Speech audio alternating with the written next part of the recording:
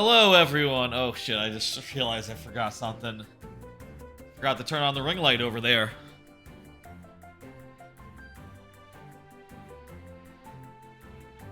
There we go. That'll look a little better. Just a little bit better as far as the lighting goes. Hello, everyone. It is Monday.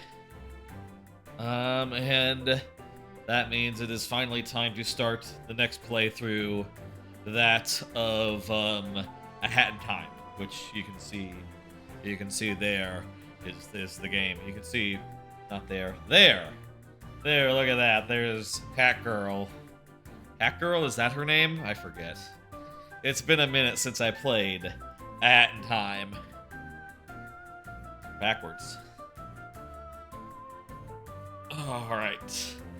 Let me tell you, before we get into like some pre-show news type stuff, you know, like stuff I want to talk about as I do. Let me talk about this game and what I recall of it. It came out like a month or two before Mario Odyssey, which is like my favorite 3D platformer of all time. So it should say a lot that I still think fondly of it, and in fact, I might say it's maybe the most successful indie 3D platformer I have seen.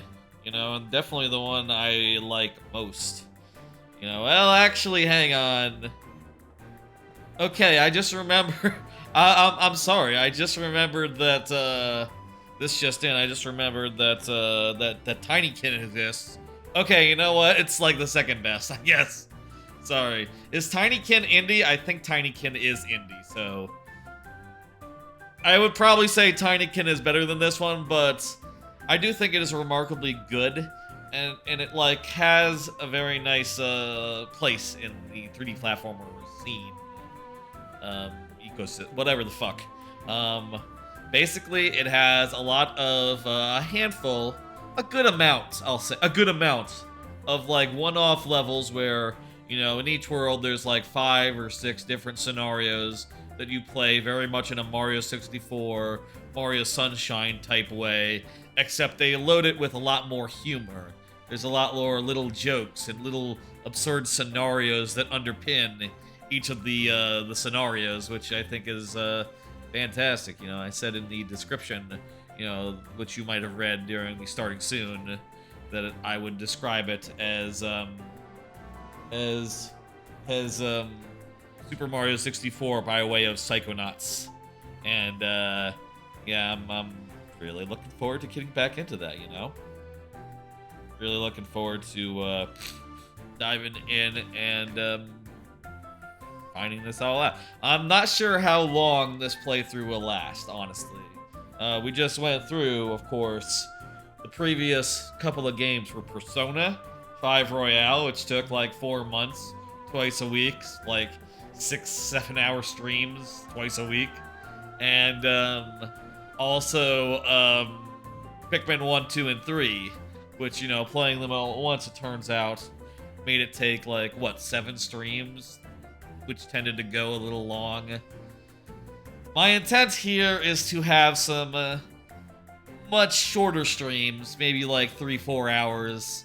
And also, I'm honestly not sure like how long about this game will last played that way. And you can see, I guess, you know what, this file doesn't have an hour count on it, so I can't use that to gauge, but I have played this game before. I've gotten up to 46 hourglasses, I guess, 82%. So I guess I'll say there might be some challenges here where we eventually go like, okay, we're done, you know. I guess I'm saying I'm not committing to 100% here, because clearly there must be something really hard in that last 20%, or else why wouldn't I have done it? Well, actually, then again, Mario Odyssey, like I also said earlier, Mario Odyssey came out like a month after this hit, so maybe there were reasons that I bowed out at a point and never really fully completed my first playthrough.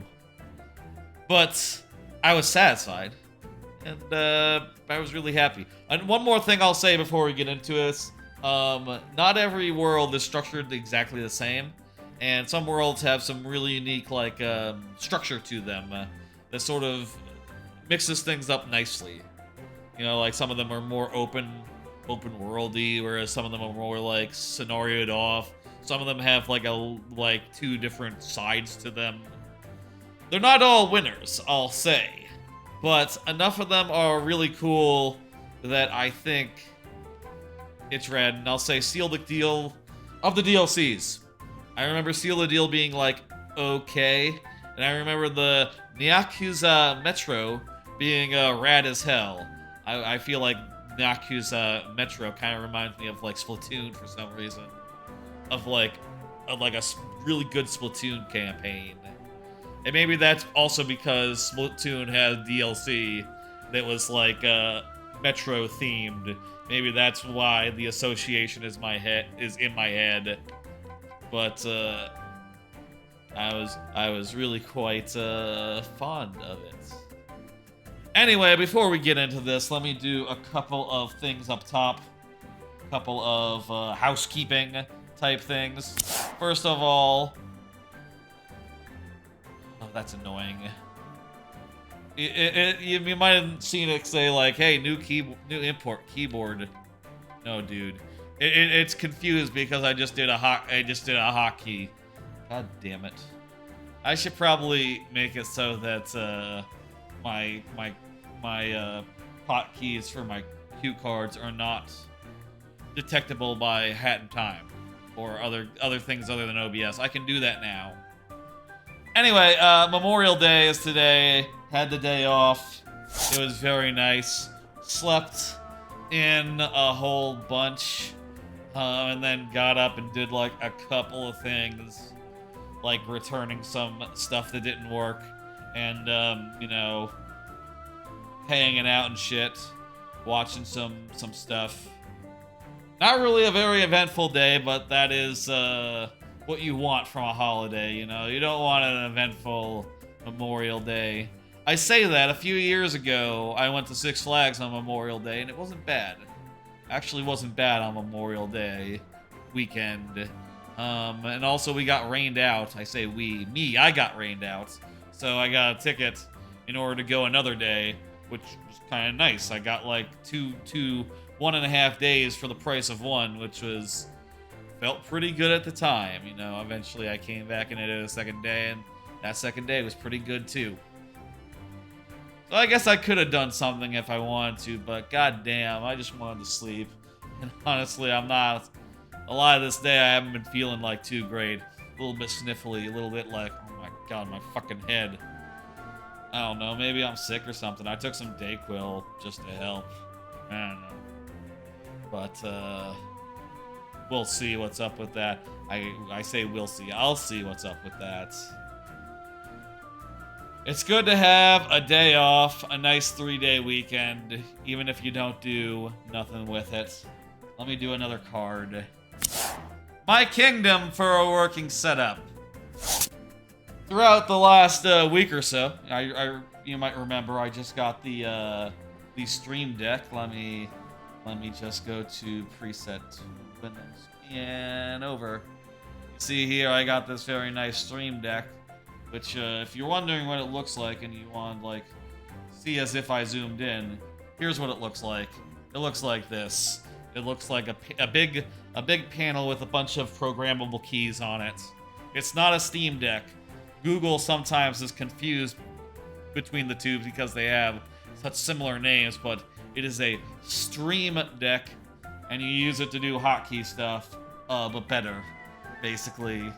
And you can see here I got all sorts of folders that I can pop into if I click them. Like, oh, here's one for the docket. Here's one to control camera stuff. Here's one for game commands, which, by the way, I'm gonna have to look in like, with the game commands now, I can set up, like, pre-programmed volume stuff, which I couldn't really do before. So, you know, now, assuming that this is the correct volume for Hat in Time, I'm gonna have to pre-program this so that every time we switch to the Hat in Time, I just need to hit a button and it'll set all the volume right.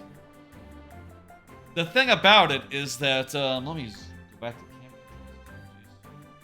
Jeez. The thing about it was that, so in my apartment here, I have this whole like walkway between like between like my couch and my PC. And a while ago, I routed wire around the whole apartment, which you can sort of see if I zoom in over there. You can sort of see some of the wire running around. It's getting a little weird about that. Let me zoom in like here.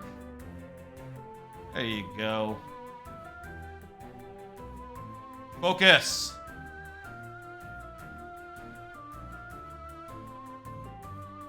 You can see some of the wires there running along the wall, and they go out around the room. And I was trying to get it so I just plugged in the microphone and the Stream Deck into a like a USB extender thing, right? Because previously that wire that goes around the entire room was just for the mic. So I tried to do like a USB hub and plug in the microphone and the Stream Deck in, but it just wouldn't work. I tried multiple ones, and it was just really fucking frustrating to get these USB adapters and just plug them in and just nothing. Not even the microphone. Just jack shit. And much less the Stream Deck, which turns out wouldn't work even if I plugged it directly into the wire that the microphone was using. But eventually I figured out, like, oh, what I need is actually is like a plugged-in dock. Oh, by the way, if you're wondering, I sort of grayed out the extra images that I don't actually have set up right now, so maybe that'll help me, like, remember which ones I have and which ones I don't. Anyway, figured out that a power dock got it working, so after going through, like, 2 other USB hubs and having to go, like, God damn it, return it, like, on Saturday one arrived, and I tried it, and it's like, nope. I also had one on, like, last Thursday, or was it last, I don't remember, but it didn't work either, and I was just like, God damn it.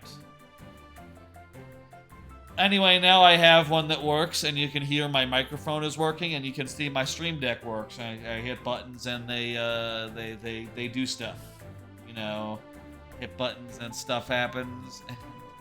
That's the reason why, is because they're all connected to this USB hub. And you can see when I showed the corridor between my PC and my couch, there's no wires running between that gap. That said, it is a little hard now, I guess, to reposition the Stream Deck and put it on the desk. But honestly, I think I'm okay, just like focusing on being a couch streaming and doing everything possible from the couch when possible. The PC cam is still there, and maybe eventually I'll, you know, there's definitely possibility for streams that only make sense at a PC, like PC games where I'm using a mouse and keyboard, or things where I'm typing stuff up. Like, that stuff will make sense in that case, and I guess in those cases, I'll figure out how to move the Stream Deck accordingly, but for now, the Stream Deck lives near the thing. I guess if I really wanted to, the long-term solution would be to buy a second Stream Deck and put it, like, on the desk area, so when I switched, there would still be a Stream Deck over there. That, or I can just make sure that any hotkey that is, like, super, super, super important is also accessible via, like, hotkeys, keyboard-wise.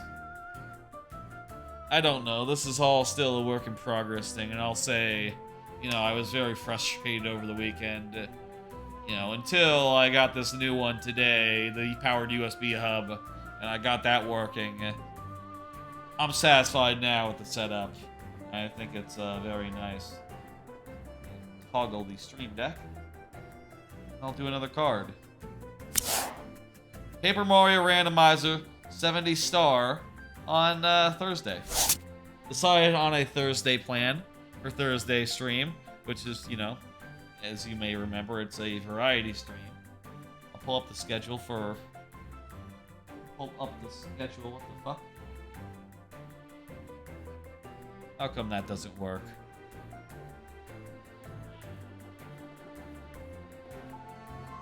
This works. Toggle stream deck works. Why doesn't schedule hotkey work? Emotes?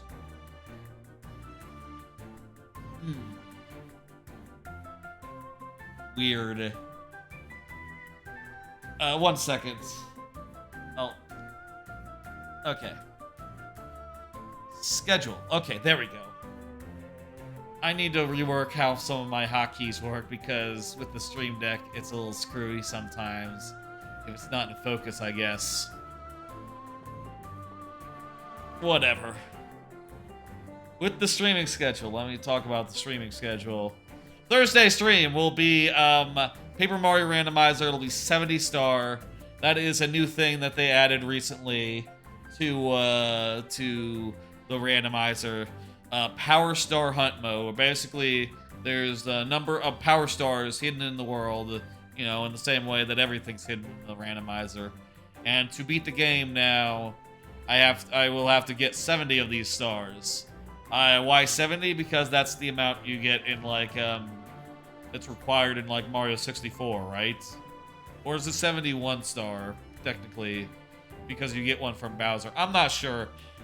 I'm going with 70 star. That seems like a perfectly good number. And there'll be 120 hidden total in the world. I'll have to find 70 of them. I'll say I've never tried this mode before, so I don't know how long it's gonna take. I guess the thing that's the one advantage there is that you won't have to do. We don't really have to do any like boss fights, any major boss fights. So, you know, we can just focus on looking at places and seeing what happens. You know, and just running around full tilt. Until we get to the point where we have to fight Bowser, which we will have to fight Bowser at the end. It has the option to not fight Bowser when you're doing the Power Star Hunt mode. But honestly, I feel like that seems a little anticlimactic. I'd rather fight Bowser at the end. That'll be Thursday's plan. I guess I'm hoping for like 3-4 hours from that. Oh, also, I'm going to start jumpless and hammerless again. But I can't remember if I'm going to randomize the dungeon entrances. I don't think I am. I don't think I will. Everything else should be pretty normal. Badge synergy will be a thing in that. I'll be trying that out as well. That'll be a fun stream. Let me go ahead and hide that. With that all said, it's time to dive into this hat in time. You know what's weird, actually, come to think of it? How come? That's a weird thing. How come that hotkey's not working when I use it from this, but the card one does? The card hotkey works, but the hotkeys I'm using to use the schedule stuff, a little finicky. What the fuck? I should just move them to new buttons, honestly. There's only 6 of them. They can all move. And other things can be give up their hotkeys with the new setup. I still haven't really, like, I feel like there's still a lot of potential to this whole stream deck thing that I can use to simplify my setup. But I'm not all the way there yet. Let me... Okay, seriously now. It is time to start Hat in Time. Let's go ahead and get going. As Bo Kid. No, we're gonna start as a regular Hat in Time girl. Bo Kid is just like another player character. And I think there was like a 2-player mode added. Jeez, it's been a bit since the last time I played this. I think I might have messed around with her a bit. She seems cool. She's Gears for Breakfast is the developer here, if you don't know. She's cool. So here's the plot. Very important here. Good morning, and welcome to yet another day of space adventure. You are only 5 Isn't my mouse working? away from your destination, home. The fuel tank is full and the ship is flying at full speed. Today's to-do list contains waking up. Oh, and also I'm playing on PC, which seems to be working. I can turn down the quality if it ends up being like framey or something with the streaming at the same time. I wonder if I can do that without hang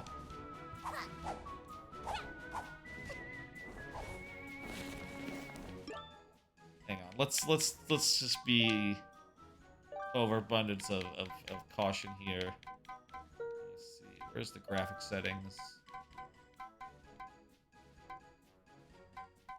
Go with standard.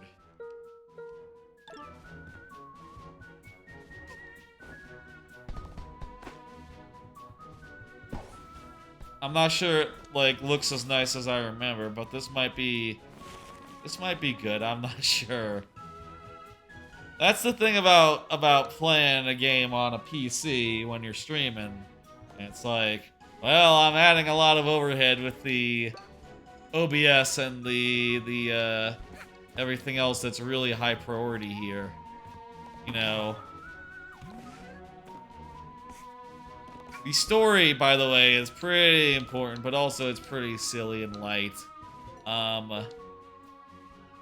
You only really wear one outfit, that's true. Gameplay-wise, big focus. If I had to describe it, I'd say, like, well, you got a jump, a double jump. You got, like, an attack that you get later. Or, actually, I guess you have one now, but you get a better one later. There's, like, some special abilities you can do. And also, you hit the right trigger. Bam. You do, like a Mario 64 style dive. You hit the jump button, you, like, cancel out of it. And it feels pretty good for, like, getting around. You know, just be able to, like, do this dive. And the dive sort of, like, limits your control in an interesting way. You know, it sort of, like, stops you from... you can't really, like, finagle it when you're in the middle of a dive. But, you know, if you want to, like, get control back, all you need to do is cancel. And you can use that to get to some platforms that are farther away that you wouldn't necessarily be able to get to, you know. Alright, everything seems normal here.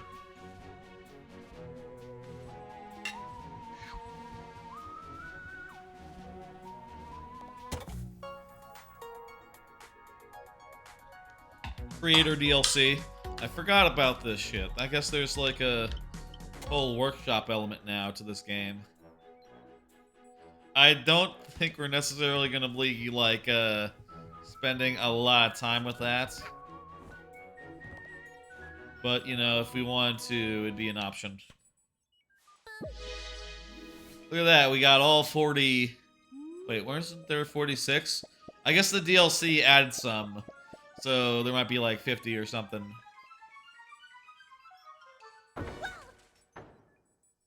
All 40 of the hourglasses. We can use LC to figure out what we're looking at. Go into all these rooms. You use it to punish food that has been bad. That's very funny. Game has some cute writing. Well, there's the guy. There's the objective. Just, you know, chill for a bit. Okay, what's up? This guy's a Yakuza guy, a mafia guy. What is this? Flying boat? All boats need to pay toll in Mafia Town. Kind of above. Space. Yeah. Mafia come in to collect. Bad idea. How rude. There's no air in space is the thing. Didn't think that through. So now we're going down to the planet, and all of our hourglasses got lost in the process. 40 of them. But also additional ones for DLC. Go figure. Where are those ones coming from? Who knows? Who cares? Don't worry about it.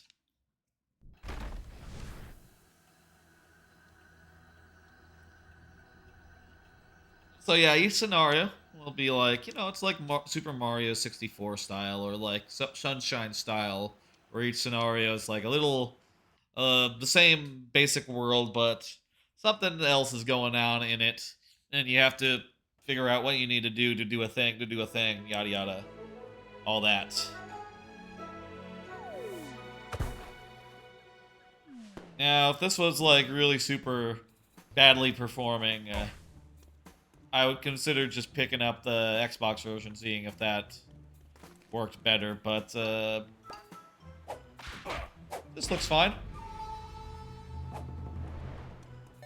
Honestly, I wouldn't mind having a console version of this game just because, it's a game I really like, and I'm kind of stuck to this PC version, and generally I don't prefer having a PC version, That said, just shelling out $30 on a game I already have. Not that I haven't done that relatively recently with a relative... Not that I haven't done that even just for the stream, Like, I wanted to replay GTA 5, so... Or go for a vault. So I did that for that game.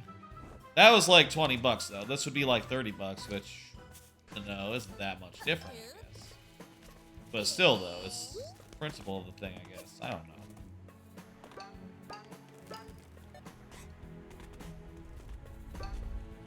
How's the volume? Volume good?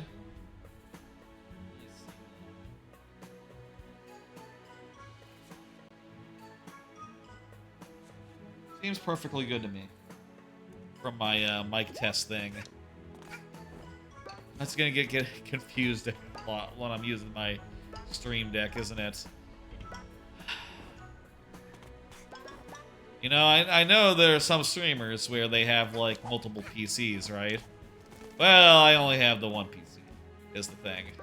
That's not true. I have a laptop somewhere in like a drawer.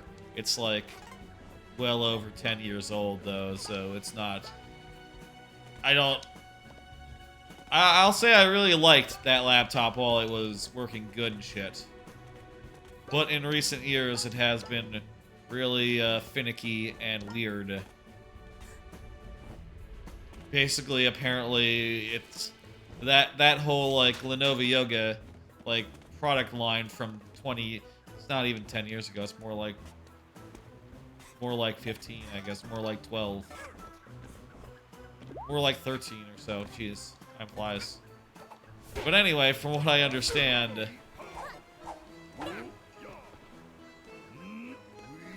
What is weird thing? After I got into the thing,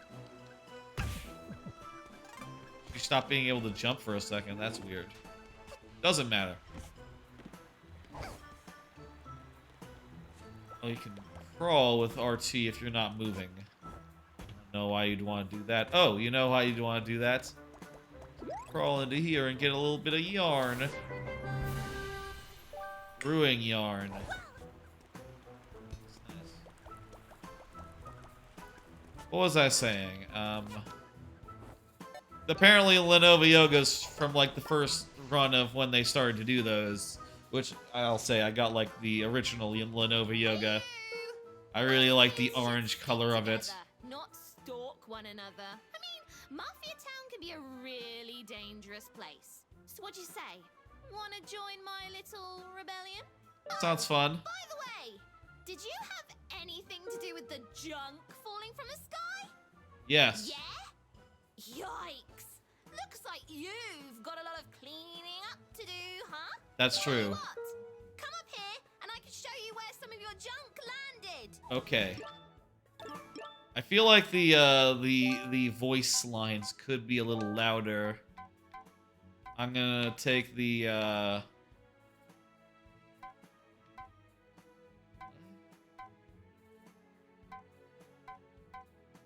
We'll go 120. Just a scotch louder. Anyway, my old laptop doesn't apparently the wireless things that they put in those notebooks, those laptops. Apparently at some point they just stopped being able to access the internet like wirelessly, and that kind of sucks. That means that laptop is very, very limited use. And that, like, oh yeah, you have to sort of fiddle with it to get it to work. And once it does get working, you know, it's not going to work for very long, so couldn't really be involved in any aspect of the streaming process. You know, originally when I started streaming, I did consider it for like, oh, what if I had like a laptop open with chat? But again, since the internet doesn't work on it, it'd be right out. The market's fountain. Messed it up real good. When going over there, just avoid making eye contact. I am thinking about getting a new PC Good eventually. luck, fellow rebel. I guess maybe I should See ya. keep this old piece. No, I shouldn't. I'd rather have it just be one thing, you know, one thing. And this PC is kind of like giving me trouble enough where I would want to retire it, not keep it around forever and ever. Hey, buddy. Ow. Cool shit. Huh? What's up? I need that. Oh.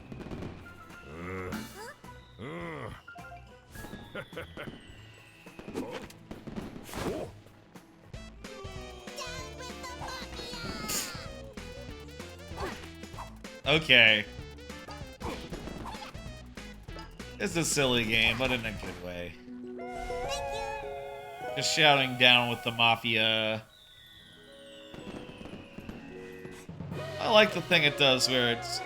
Yeah, that's very like Mario... Did Mario Galaxy do that? Where it, once the star comes out, everything sort of like hushes the fuck up? That's a neat touch. Anyway, once we get a thing, we are hustled back home because we're going to find that this is the hub. This here is the hub. The spaceship is the hub. 1 of 40. I think with this game I won't break it out by like you know, when I do timestamp stuff. It won't be like per mission or something. That'd be ridiculous. Nor can it really be by world.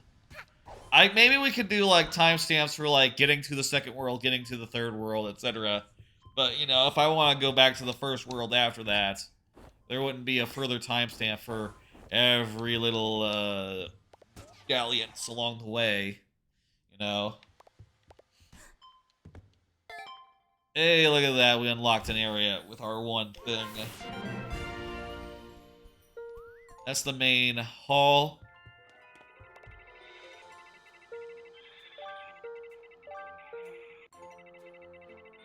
No, we're good.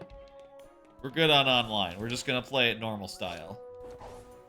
I guess the one thing about this particular version that's good is there's the whole workshop support angle. So if we wanted to do workshop stuff, we could. If I had a console version, I could not. But, you know, I don't know. Anytime I do PC stuff, that adds just another layer of, like, yeah, dealing with OBS and the game on the same machine. That just seems like impractical.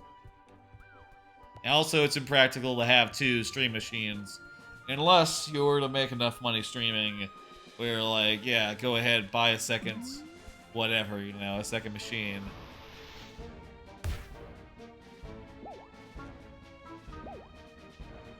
Not sure how much time there'll be for cards this here game. Just stick with just go in order. But here's a card. Been watching SGDQ 2023. Started last night. Yes, not last night. It started yesterday morning, Sunday, and Yeah, I've been watching just a couple of runs. I caught like specifically I caught Minish Cap and I caught Banjo Kazooie. Those are several hours apart. So, you know, it's not like I'm sitting down and watching it for the entire day or nothing. But I'm watching some and having a good time, seeing what they're up to and watching my favorite games get you know, destroyed and all that. Even got a no red during Minish Cap. Well, if you go back and watch like the run, I think it's like the first dono red during the actual run itself, which I was pretty pleased when I heard. I say that at the time I was like I was chatting on Discord or some shit, and then I heard my name as I was like you know, continuing to write down arguments to why High Evolutionary is annoying to me and I hate him in Moral Snap, and then it's like, oh shit, my donation just got read. Rad, okay, shit.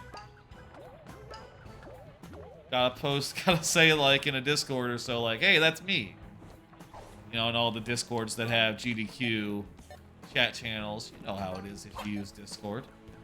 Well, maybe everyone uses differently. You know, that's sort of the thing about Discord is that, like, you know, even in channels where in every Discord channel there's like 100 channels, and maybe like you might have like half of them unmuted, and the other half are like, yeah, I don't look at those, I don't read those. Sorry, just not part of my daily routine. Which I'm sure everyone has a different set of ones they ignore versus ones that they don't. Anyway, really enjoying the marathon so far. I haven't watched really anything today. Nothing really caught my eye as far as Monday goes. As far as like most of the games of this marathon goes, honestly. Which, hey, you know, hey, that makes it easier to schedule around. Versus if I, you know, if my normal Monday, Thursday plans had to be co-opted, had to be changed around because like, oh, I gotta catch X game. That'd be a bit of a shame. A bit weird. Though I will say, I'll say this, Wednesday looks really exciting. I said before, but Wednesday has like Hitman in the afternoon, which I'm excited to see. But also like for the evening block, has like a whole like murderer's row of kick-ass games. It has Mario. It has a Majora's Mask randomizer, which I love Majora's Mask. That'll be fantastic. It has Odyssey, which again I love. That's like my favorite. That's like top 2 for games of all time. Odyssey is, and it has Paper Mario after that, which fucking hell, man. That's just one of my favorite games of all time as well. These are all like top 10. All 4 of those games are like top 10 series franchises for me. So seeing them all like back to back like that is like, oh shit. Oh fuck. I am going to have to donate during every one of those. That's gonna make up like most of my donations this year, I think. Oh hey, I got the sprinting hat. So now I can sprint with so long as I'm wearing this hat. I guess that's all we'll be seeing of the default hat now. There's no way we're going to not be wearing like a hat with an ability from here on out. I guess. Whatever. Relic. I don't know what those do. Maybe also just like stuff like the relics. That's why I didn't like 100% this. You know, these worlds are big and they're like reasonably big. And there's kind of a lot of stuff hidden every which way, I suppose. Okay, what the fuck?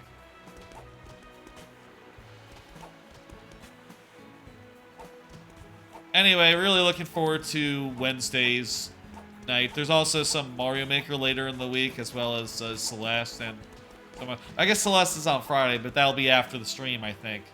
After my Friday stream, so you know, it doesn't really clash. Looking forward to that. You know, I'll say like the Wednesday Paper Mario thing. That's probably a good part of why I'm looking at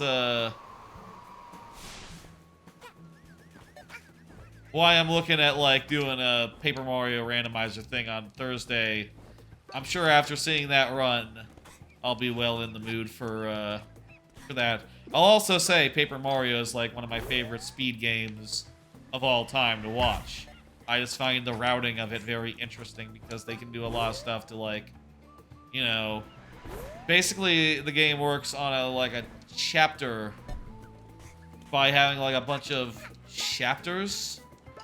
You know, and basically you can like change which chapter you're in by doing certain tricks, glitches.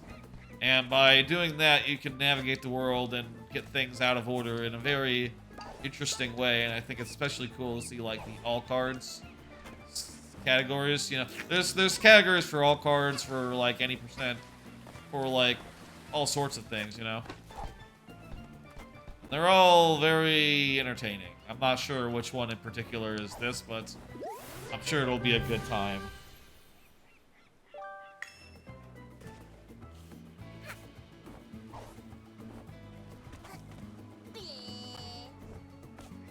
Meanwhile, on that that note, on that GDQ note, let me do another one. Follow up on GDQ Yetis. Oh, whenever I hit the button, the camera resets, the docket. Whenever I hit the cue card button. You know what? I'll change up the hotkeys by the next stream. By the next Hat in Time stream, let's say, to prevent that from getting all screwy. So,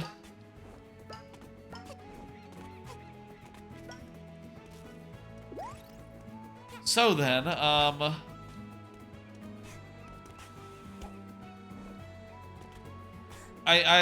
Friday's stream, I wanted to look and see like what was going on with the Yetis for this GDQ, and it turned out by Friday they weren't available yet, so we couldn't look and see what was up, you know, see what they were and what they were looking like.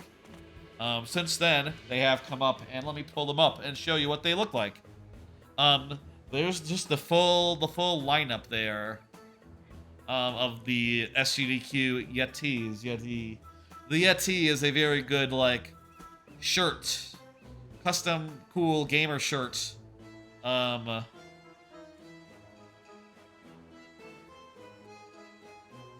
Gamer shirt company, and you can see there we got Spoonman on tape, an event tee, an ensemble Majora's Mask tee, a Mario shirt. I don't. Oh, that's Final Fantasy. Super Metroid, a speedrunning shirt, a Pepsi Man shirt. I'm not sure what Provisions is for. It's probably for like Slay the Spire or something. A Bug Snack shirt, and then a Game Boy shirt. Maybe it's Luigi. Oh, actually, I think it's Luigi's Mansion. You can see there's like a little bit of a vacuum cleaner. And there is the whole... You know what? Maybe I should get that one too. Actually. Shit. Maybe I'll... So I made my order the other day of my Yetis. I wonder if I could amend it to add the Envy Machine. Because now that I look at it more, it's actually a pretty good shirt now that I realized what it's for. But the ones I got were, I got the On Tape because I love Celeste. I don't really truck with like any of the shirts to just say like the brand on it or just have like everyone. Like, nah, it's not really my jam. But I did get On Tape. I got Ancient Mask. I'm not really a Mario 64 person, but that Mario 64 shirt is just too cool to not get. I really like the polygonal Mario and all the other Marios on there. I thought that looked really cool, so I said, okay, I'm going to get that one too. I got Our Lady of Save the Animals. Orange shirts are quite rare. And I appreciate the opportunity to get a orange shirt. And I got Treat Yourself. Yellow shirt's also rare. And Bug Snacks is a very good game. And goddamn if I don't think I should get Envy Machine now that I have a second look at it. I should look into whether I can cancel the order, pre-order, and then reorder with the Envy Machine, because there is like shipping to account for. You know, you don't want to do 2 orders because that just adds another $10 on shipping. That ain't good. You don't want that. Anyway.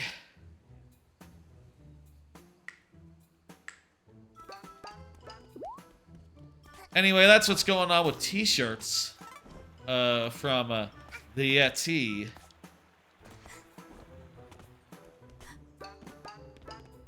I don't mind occasionally having a t-shirt that's like, you know, not something I totally 100% click with, you know. Like I said before, I didn't think that, like, Yoshi's... I always have a problem with, like, Yoshi's Island, right? Where, like, the fact that if you took a hit, you'd have to restart a level and collect everything again. I found that to be kind of shit, you know, kind of crap. Kind of not to my liking, but...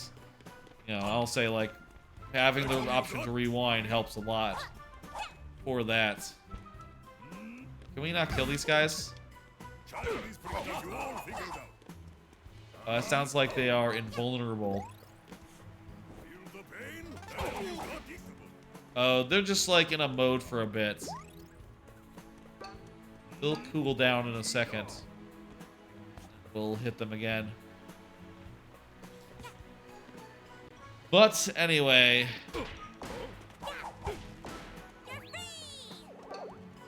I guess I freed that guy. Oh, and he gave me a yarn. I already have that hat. It's left trigger to run, by the way. Again.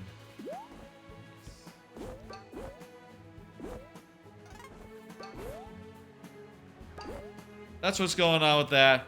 Gonna have some new shirts. Again, I'll say I used to, like, do a lot more Yetis just because I was, like, following their Twitter and, like, keeping an eye on it and shit. And, you know, I don't really keep an eye on it anymore, given that,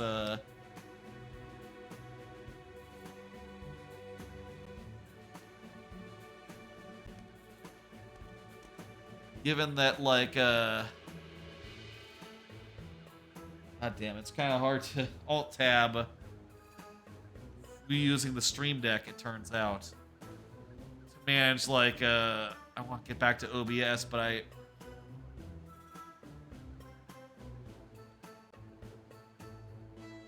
Alt? No, doesn't really work. Okay, somehow I got it back working. Okay, cool. There's the stuff. Minimalize that. Get back to the thing.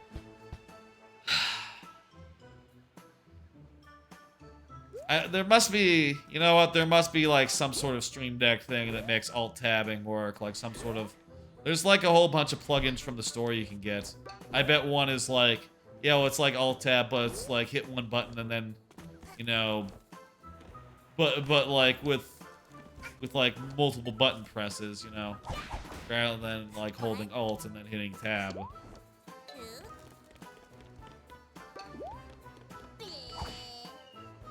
Yeah, I had to do it. What are we doing? What are we doing here? Oh, we should probably, Oh yeah, there's like a boss fight over here to do, right? There we go. Let's do the actual Child, mission. Shoo! Mafia can't have child witness when Mafia teaching lesson. Oh yeah?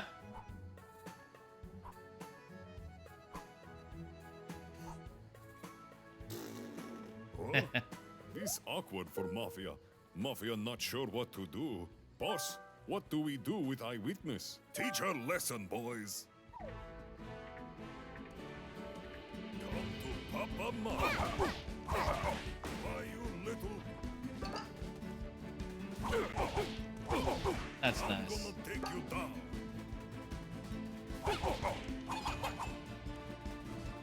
We got the angry mode now. What the? Is that like pierce defense or something? The homing attack? I don't know. Child will be in the way. Mafia. Got you all figured out. Oh, my head. Guess it does. That looks like it does anyway. Enough! Mafia won't bow to little girl.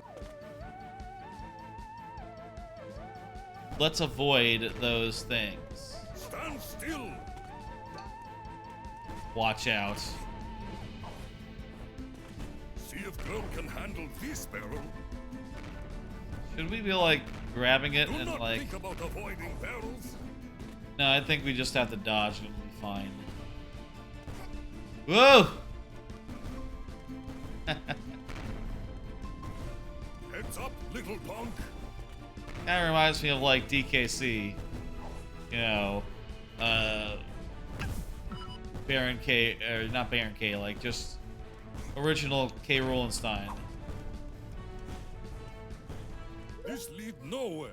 Mafia need to take care of this mafia stuff. Okay, good. I was about to get hit too. Mafia do to old lady.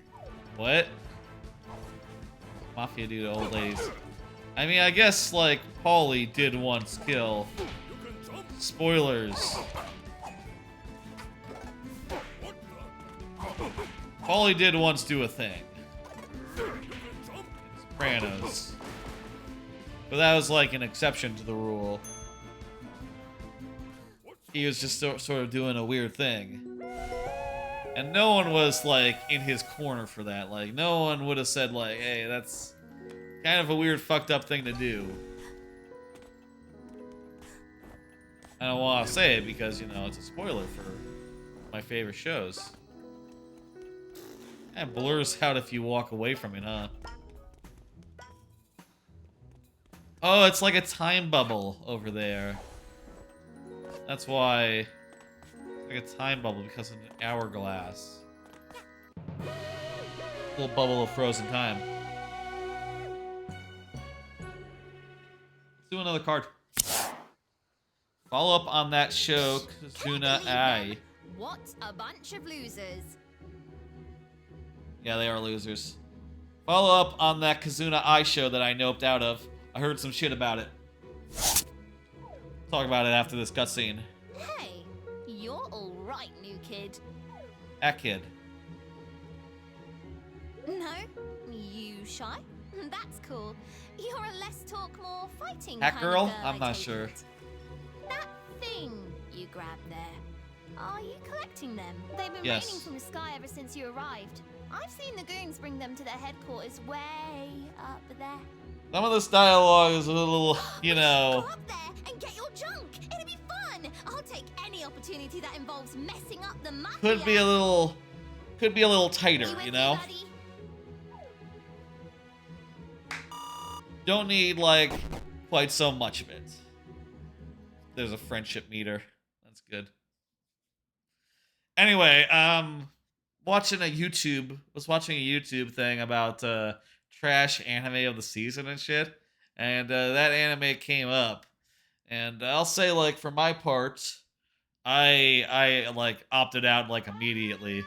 Going like, nah, this isn't gonna be for me. Nope. Not quite right, you know? Got like 2 so far. That isn't gonna be the thing, you know, is what I thought going into that Kazuna Ai anime. And I thought at the time, like, yeah, the weirdest thing about it seems to be that it exists in a world where Kazuna Ai is still, like, the pinnacle of VTubers. So it's just like, no, that's not really... No one thinks that anymore, actually. I'm pretty sure, like, the Hololive people, like, surpassed her in like, leaps and bounds, like, 5 years ago or something. You know? Like, Korone and, her lots, you know... The English VTubers as well, they also have surpassed her. and become a lot more popular than she was. You know, it's just a weirder model of things that doesn't really exist anymore. You know, when they came up with Kazuna Ai, it was an era where, you know, they said like, okay, well, even if the actress who plays her wants to go, you know, we should still continue the character and keep it alive, and maybe we'll have like multiple people play the part, you know. Whereas like for like Hololive and shit, it's very much become a model of like you know, oh, it's basically a idol. It's basically like idols in a lot of ways, right? Where it's like, okay, well, the personality is sort of the point, so if the actual person playing it were to leave, then the character gets retired too, and, you know, a lot of the appeal of the brand is in, like, there's a lot of appeal in, like, fresh-faced characters anyway, so it kind of makes sense to continue rolling out new characters, so, you know. Okay, let's see, what's this? All assaults need a good plan, or it'll be a flop. Let me finish my thought. I heard that series continues, like, in that first episode, there was at least one case of what is apparently the OP, the theme song, being sung by an actual, like, 3D model. And apparently that happens the second time in that first episode that I didn't see, so that's interesting. And also, I heard that in, like, episode 3 or something of that show, they hawk NFTs. Which is just like, what the fuck? Oh, you didn't know that Kazuna Ai was into that shit. Yikes. Yikes. Oh, fuck. So apparently that is just like, indeed, a big weird trash fire that, like, yeah, I'm pretty sure anyone who watches like 5 minutes of that is just like, yeah, this could be okay, I guess, but it's not. You know, and apparently for those people who have like continued watching for some reason, I think some people just like watching bad things. You know, they want to know how bad it really gets. You know, I don't really, unless I've committed to an anime, I'm not really like interested in seeing how bad it gets. I'd rather just stop watching. Unless I've made some sort of mistake and I've watched most of it, at which point I'll see it through, unless it's like really absurdly bad. But anyway, I heard about that shit and went, oh, fuck. And that's fun. I mean, it's not fun or good, but you know. It also seems like it has just the weirdest advice for like streaming and doing streaming stuff. And, you know, just, like, watching it, you're, like, you're seeing this character go, like, oh, man, I don't know about these numbers. These metrics are bad.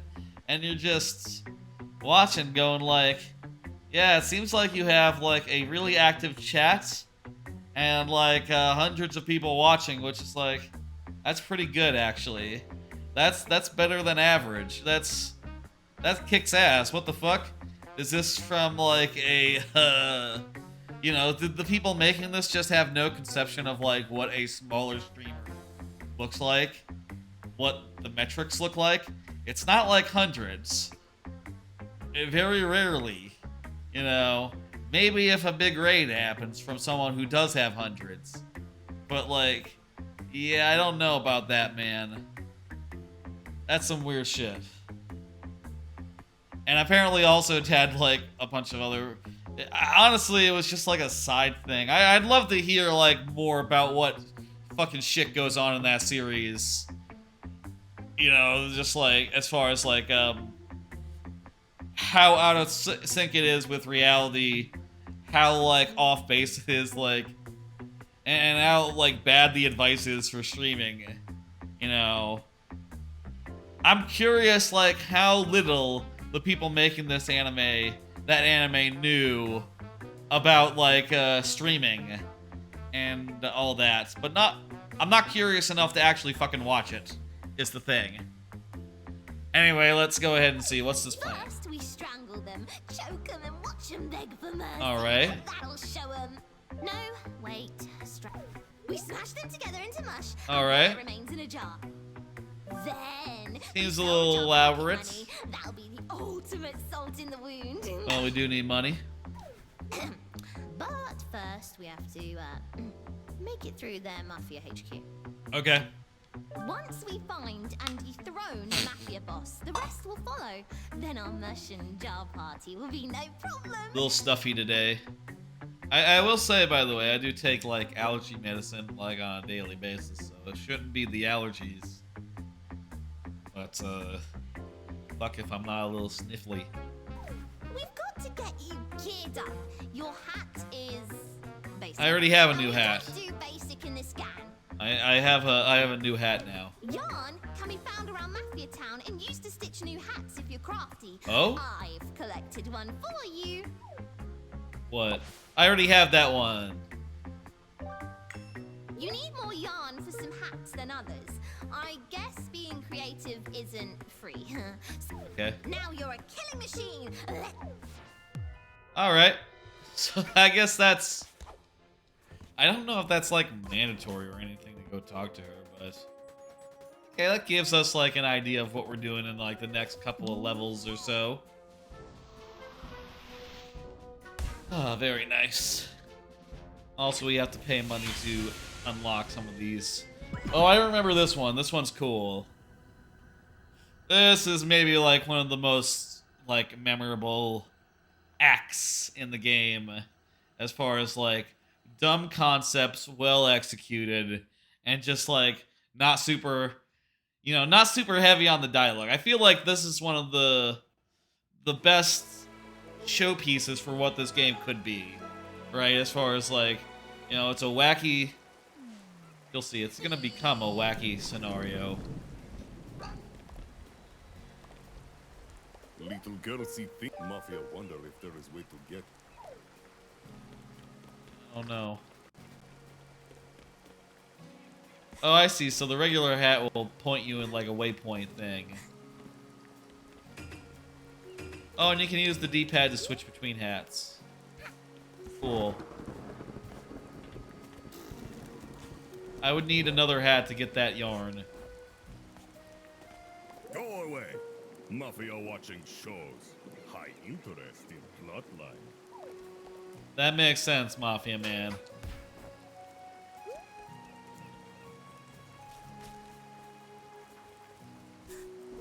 So I guess with the yarn, there is like and all the boobles, gemstones. I don't know what these are. Marbles. With all the stuff, there is like a reason to explore and to like look around and find optional things.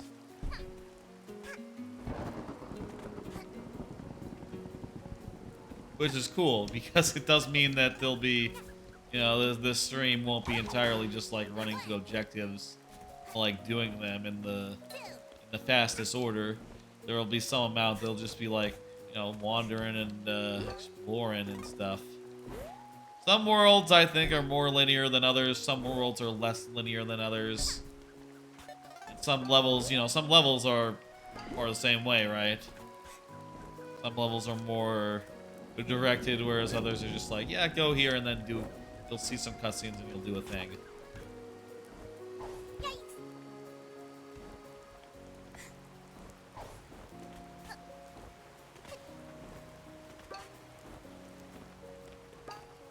Oh, another card. Been watching Mother's Basement, anime YouTuber. What is going on?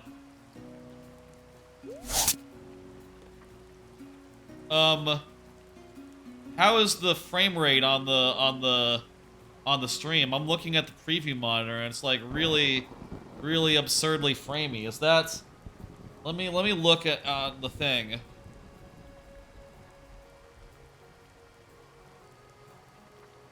On the stream manager real fast. 1 second. Looks all right to me. Maybe a little choppy. Let me go to. Can I like see my own channel, like a live version of it? from the Twitch app. Maybe not. Let me just pull it up on my phone because it's the preview monitor is getting like rail framey. Like holy shit. Preview monitor is like going at a rate of like 2 a second. Let me see now.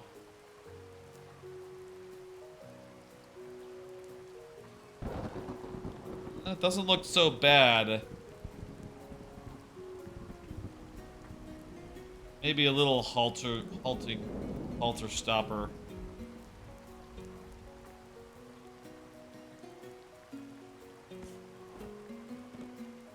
Let me jump in and see.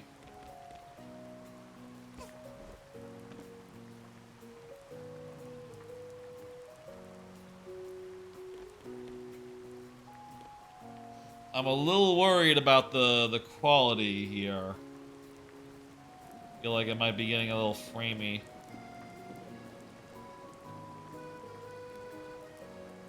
Preview monitor is having a trouble. Okay, whatever. You know what? We're just gonna not worry about it, I guess. Maybe I can... I really need to figure out a way to do Alt-Tab without a keyboard. Using just a Stream Deck. So I can... go over to it and shit. Let me close the preview monitor, the preview thing, and then reopen it. That actually seemed to help a bit. Okay, whatever. Okay, maybe it's a little jittery. I'm gonna have to look and see how it's looking. You know what I can do? I can try turning it down a little bit more. The graphics settings.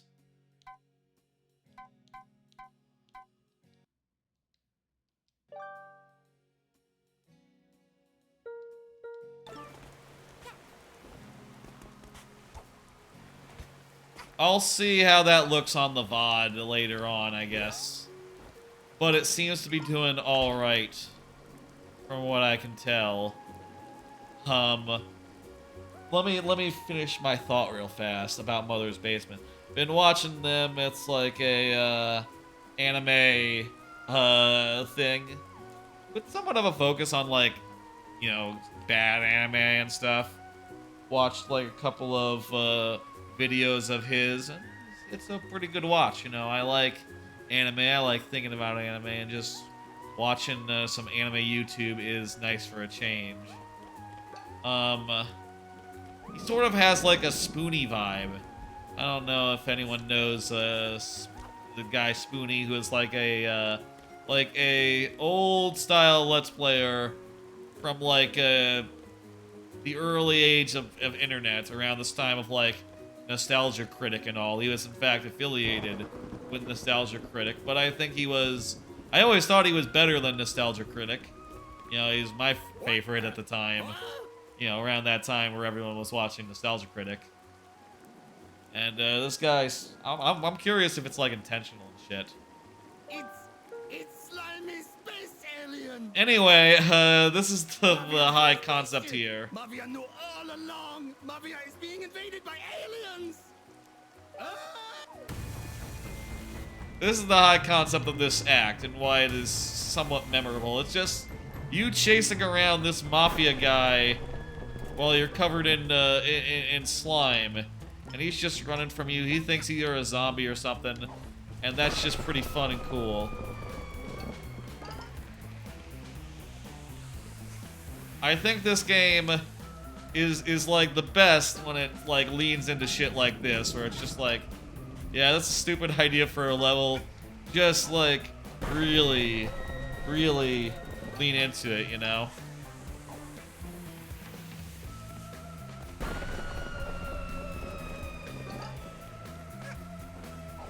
And by the way, I'll say, if this version ends up being like weird for performance reasons or for the other reasons that we've seen tonight, continues to be such, I'll think about grabbing I'll grab the Leave Mafia alone, you... I'll grab like the Xbox version or something, and I'll play up to this point where I am now, you know, off stream to make up the difference. You know, however far I get tonight, I'll replay if this just isn't feasible. But I don't know. I think it looks all right. The weird thing is, I think that I was looking a little bit at like what it was looking like on stream, and I think it looks a little choppier than it does in person. I think OBS is struggling a little bit to, you know, perform while the game is also taking up a good amount of its the computer's you know. We're at 3, so let's continue on with this first one. And yeah, you get it. Down with the mafia. You know, I'm just realizing there's all these like information panels here, like what your mission is and whether it's gonna rain, and little jokes here. Population 1 less soon. That's a good joke. We're gonna go take this guy out. I think this is like the main boss of this area. I guess with this first world, they want you to do it all in order.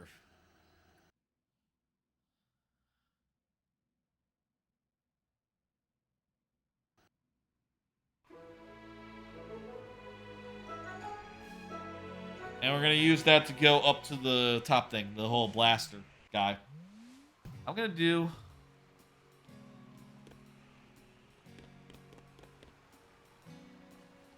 This music seems a little lower than the previous music, but whatever. You took your time. Help me out here. Get these brutes off my case and we can go inside. I want to go down there and get, Oh, crap. I thought I was going to be able to jump out of that. I wanted to get that yarn. Good job, kid. Those guys were easier than the previous guys I fought. That was similar, you know, appearance and shit. Let me do another card. Been playing Tears of the Kingdom. Whatever it thinks it wants me to do, whatever it's doing when I hit the hotkeys to do the cards, is not great, but whatever. Tears of the Kingdom. Been playing that more. I think I'm pretty much at the end game now. There was one thing I hadn't figured out, you know, one thing that you collect, and you needed 4 of, that I had 2 of for a while, and got some small hint. What the fuck is that? The fuck? Must go with another hat that we don't have yet. Figured out where to look for those things, and got enough to trade in, and I was kind of like, okay. Not really like the most meaningful thing, it turns out. But hey, you know, I'm just still having a wonderful time with that game, exploring the whole massive, even bigger than ever world, finding stuff, doing all sorts of minor and major stuff. I don't know, like, when I'll actually go and do, like, the end game stuff, but, you know, I am definitely intend on getting more hearts, more shrines. I doubt, I don't think I'll ever, like, do 100%. You know, when I did Breath of the Wild, I never 100%ed all the shrines and shit. So, I don't know if I'll do that for this game, but, hey, you know, I could. I'm having a fantastic time. It's definitely the kind of game where you go like, God damn, does this like jump onto my list of top 5 overall, like right away, or, you know, where does it stand on the overall list? That's sort of how I'm feeling about it. Feeling like it is a shoe-in for Game of the Year. Much the same way that people who were into Elden Ring were saying that for ages as well. You know, that they didn't just... it's hard to imagine a game coming out and having more impact than Tears of the Kingdom for me. And also, like, it is a game that is so easy to just go late into the fucking night on. Like, goddamn. That game.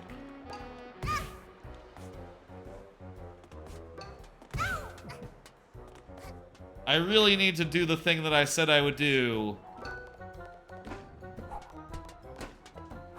Who is this cat? Isn't this guy from Overcooked? But fear not. Cooking cat is here.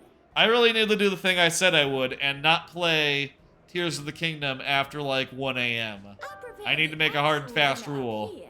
And swap the food before anybody eats the mafia. That's a recipe for not sleeping. I'm fairly certain someone would die if they ate the mafia prepared food.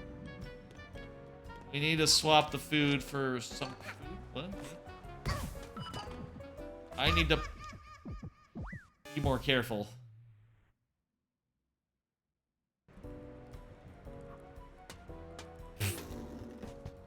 What's up, dude? If small child get gambling problem, these roulette tables purely for looks. No gambling. That's a shame. Well, I don't know. I'm not really a casino guy, I'll say. You know, I've mentioned before. I've you know, as a kid or whatever. You know, I say as a kid.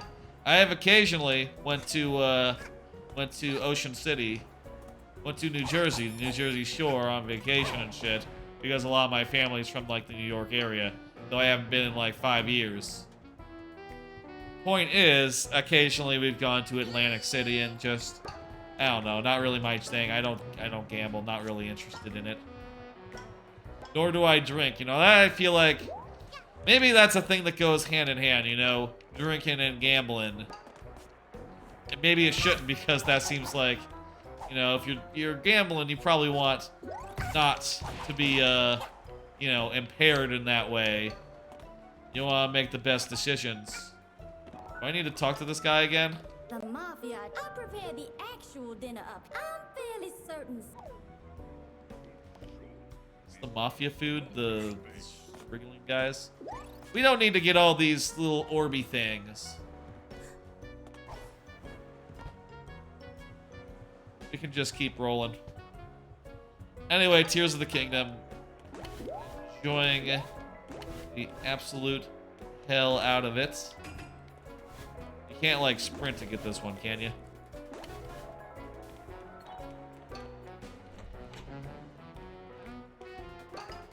This is the men's room. But there was a coin here, so whatever. Okay, what are we doing? Of the levels in this game, if I recall right, I don't think this one's like my favorite or anything. I feel like my favorite would be the fourth, like the last world in the main game. Or in the end, Metro, I forget which one I really, you know, agreed with the most. But this one's like okay. It's like maybe not the worst, not the best. Somewhere in the middle of the pack, I would say. Hey, hey. What's troubling you, little girl? Mafia not know what child drink. Water? The problem is Coke, I mafia guess, sure you is can what a drink. child would drink. You look like tenacious type. Not leave problem alone. Other little girl run into kitchen if you are looking for Okay, we probably want to go into the like kitchen. unruly type. Keep eye on her. What's that, like, behind you? Go in? Oh. Oh, there's probably, like, a door over here or something. This is mafia, baby. Go home with you. Stop throwing cans. Come on now. Mafia. No more cans. As for other video games I've been playing, played a little bit of Mega Man Battle Network 1. Got that, Hi there, young one. I am from... You may call me the badge seller. got that I port, sell that trade collection. badges. I can provide you with strong abilities and upgrades to your... This guy gives us badges, You it'll be have good. money, of course. Got that Mega Man Battle Network thing like a week ago, and I finally started playing one of those games, the first one. And I'll say, like, the first one You know, it doesn't have the thing where, like, health stays with you or something. So it's pretty, like, trivial to just, you know, win every battle and then not worry about it because it's not, like, damage accumulates or anything. But it is pretty fun and light in a way that I remember the third game, which I played some of, being a little heady, you know? It takes a little while to get from everything, to get through every, like, mission and every, like, level of the third game. Whereas the first game, it's very easy to just get in and just start rolling with it. Oh, I have more than enough to get. Yeah, I'll get a badge pin just for whatever.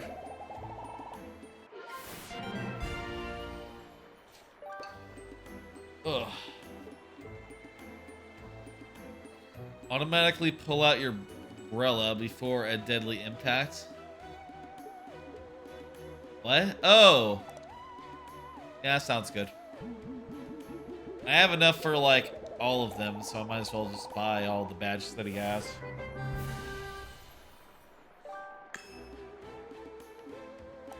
And yeah, give me the bat magnet too. I must be able to equip like 2 of them at least. So, perfectly good to buy all of these. Oh good, they're automatically equipped. Wait. I have enough to stitch a hat. Do I now? 1, 2. Alright, I got a brewing hat. That allows me to make, like, bombs and stuff. That's cool. Where are we going? Where's the kitchen here? There's the bathroom. There's the exit. Can I get, like, behind the thing? Oh, yeah, okay, cool. There's, like, a door here. So, yeah, Mega Man Battle Network 1, having a good time just playing it a little bit. I'll say the one thing about it that's a little bit... It's very text-heavy, which makes it kind of ill-suited for, like, podcast stuff and for, like, when I'm, you know, not interested in, when I want to watch something or other. Tears of the Kingdom has been, like, much more my podcast game recently. It turns out, you know, as cool as that game is to immerse yourself in, it's also, a lot of it is just very friendly to being played with a podcast, which is nice. Very nice.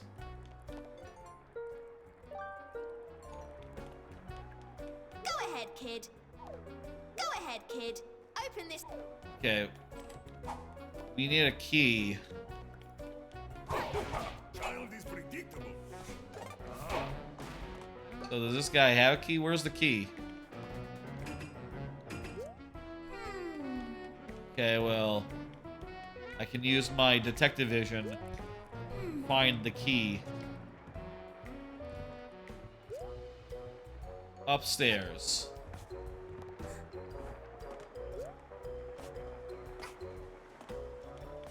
Something with this. I want to get the whole... This is probably like bad cooking, right?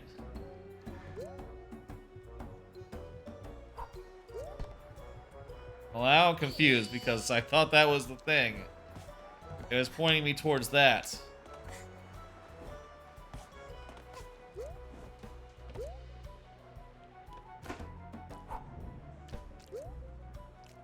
The mafia.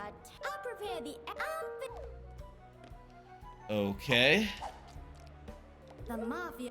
Outfit. I am not sure what's going on here. Goal thing is pointing me towards this. I think I can walk down here and be like, hey, take the food.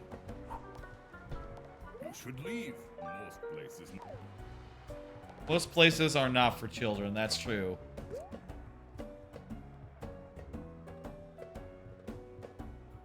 I got this, like, these, like, shrimp. Maybe I take these back. Key will appear.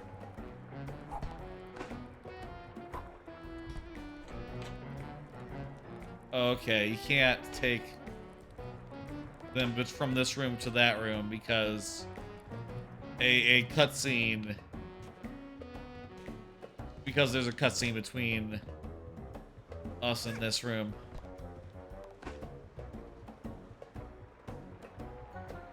Hey, buddy.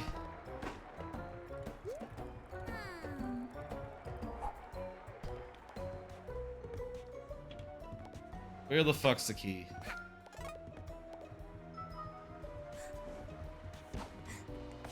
Should I, like, kill every mafia guy that I see? Just, like...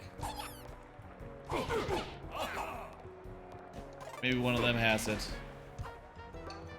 Maybe it's in the bathroom. Oh, there's the key. Okay. You know what? This is actually simple. Put bucket put bucket on switch. Get key. Profit. Okay.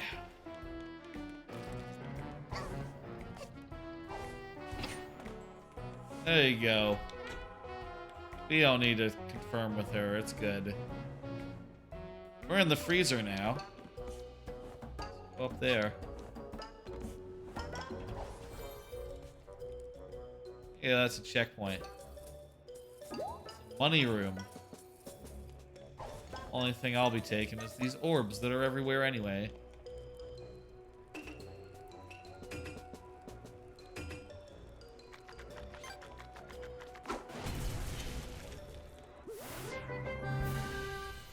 Already got that one, but okay. How about another card? Small Mario Maker updates. I will say I did find some time over the weekend to do a little bit of Mario making. A little bit of work on the level. Just building out the first auto-scroll section of that next level. Not auto-scroll, like platform level part. I think it's come out pretty well. I'm really happy with, oh, hello. Got you all figured out. Really happy with how it's shaping up. Now just need to build like one transitional zone where it's like you know, you go back on solid ground for like a second, and then one more auto scroll sequence and a platform level sequence. I shouldn't say auto scroll. That's a little bit of a different thing. And then I guess it'll be done, but we'll see how long that takes to come together. So, it is you!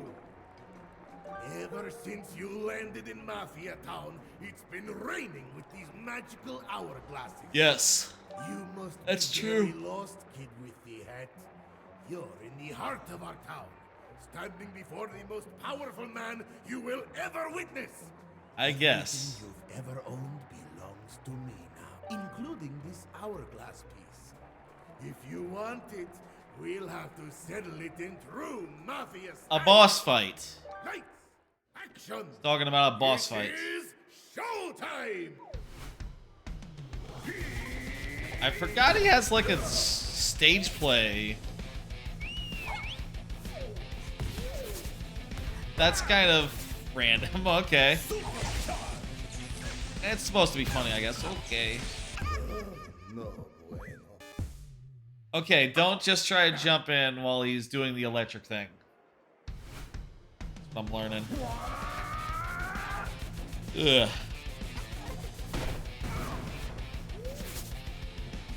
I'm tired a little bit. I've been using the melatonin, but since I switched, I don't know, it feels like it's less effective than the... Wait, does that do anything to, like, jump on him while he's attacking? I don't know.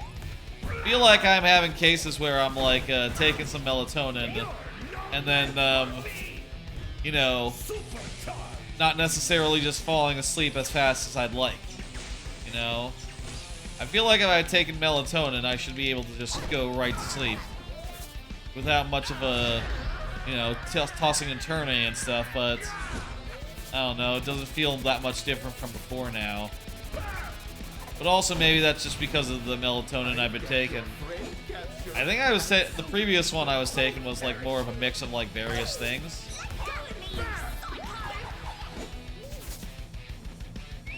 Maybe it's like not as good.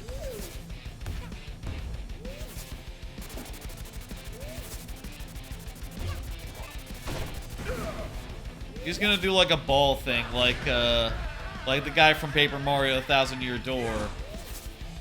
Mafia! Yep.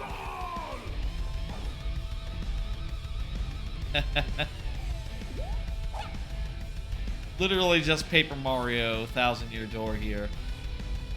Do I have to hit it or something? No.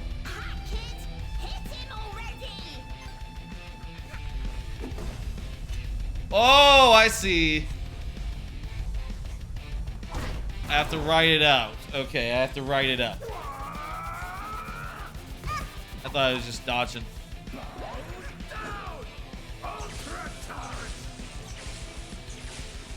Ooh. Those are some good patterns.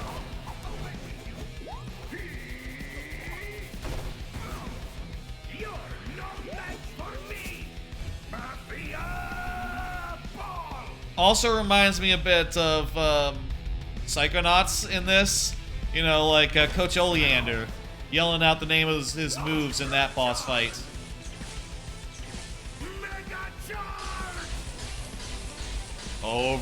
Overly complicated combination. You know, that's that deal. Same vibe.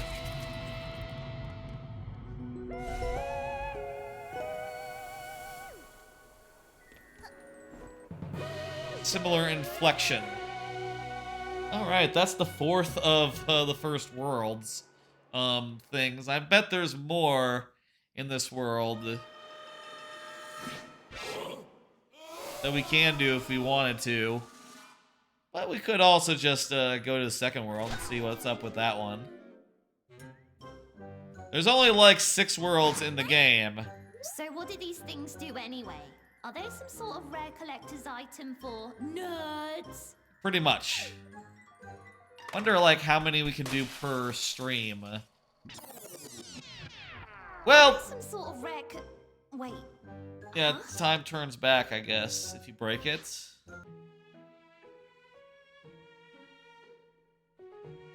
Whoa. What? What?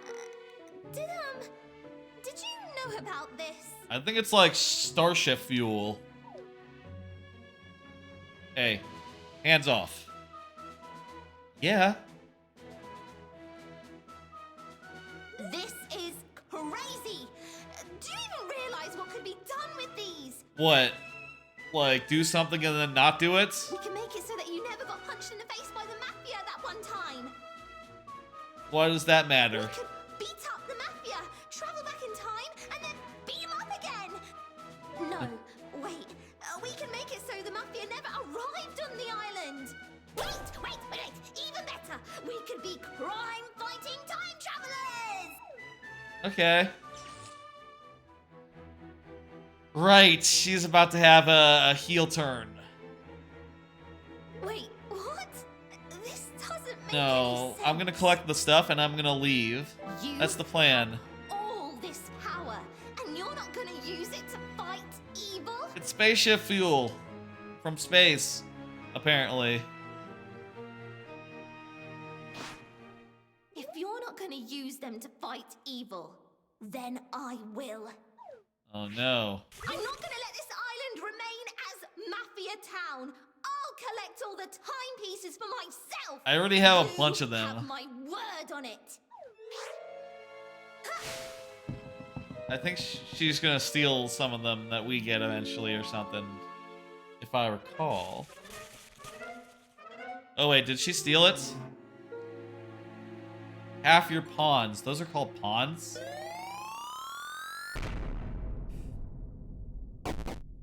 Enemies. Yeah, she's not gonna be on the ship now, right?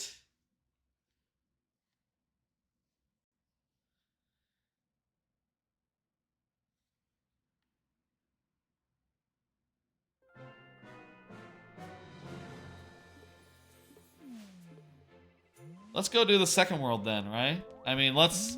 You know what? Let me look and see if there's anything in this first world, but... Well, there's plenty of room here for, like... Yeah, like, more chapters and time rifts, that's right. There's the thing where you have to do them... It's like comets in Mario Galaxy.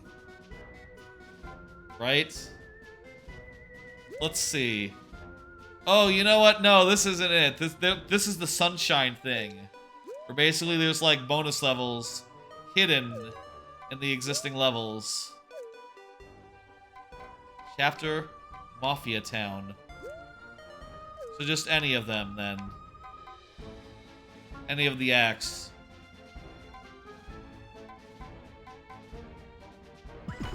Let's see if we can go find that rift. Let's do a rift real fast. That's fun. The rifts are like the sunshine levels. You know, like in Sunshine where your flood gets taken away. It's pretty much exactly that. And they're cool. How about another card? You know who'd be a neat platform fighter? Groot. I was thinking about this the other day. Actually, I think it came to me in a dream. Right? I was sleeping and stuff, and occurred to me that, like, you know how Groot, he starts as like a baby Groot. Maybe we should have picked one with actually... You know what, I'm gonna pick one that doesn't have, like, the setup. Doesn't have any story stuff, we can just run around, you know? I just need the open world. I just need the open world here. So Groot, he starts as a baby Groot, and then he grows up into, like, a bigger and a bigger Groot. You know, teenage Groot, regular Groot, Hulk-sized Groot in the most recent thing that Groot was in. And it's pretty cool, right? Well, I was thinking like, oh, you know what? That'd be a cool way to do like your, that'd be a cool way to do one of those, get there we go. One of those, you know how in Smash Brothers, there's a lot of characters with, like, catch-up mechanics where they take X damage, they get some sort of special ability or something.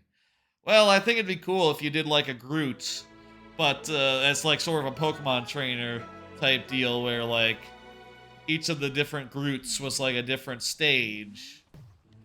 Right? And maybe it worked via, like, okay, you take X damage, you transform into Baby Groots. You start as Baby Groots. You know, it's just like lightweight, good for comboing and stuff, but not so much for killing. Then you take some damage or whatever. And you become like the other one. You become like the teenage Groot up to like regular Groot. And then maybe if you take like 200 damage, maybe then you can become like a big Groot. I think that'd be a fun catch-up mechanic, and also like... You know, you'd have a little bit of additional, like, survivability in each mode, which would, like, sort of, you know, incentivize surviving to as high percentages as possible. Just in terms of, like, weight, I guess. Though also, like, the higher you get, in addition to having more kill power and all that, you'd also have more of a bigger hitbox, which in a Smash-type game is usually not good. So I think that'd be neat. You know, Multiversus obviously is not a thing anymore, but there is still obviously, there's still like the workshop on Rivals of Aether. I'm sure like someone could make that. And I'll tell you, as I was waking up from that, I was like, oh, should I try to do that or something? And then I realized, you know, it took a minute to be like, to wake up and go like, ah, no, that's way out of my expertise. And also, I'm busy with a million other things. You know, it's not something I'm ever going to do. Like, learn how to do workshop contributions for, I think, pretty much any game. I don't see any...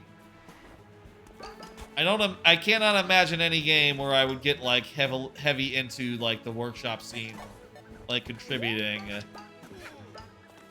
I guess if there was, like, a... I guess if there was a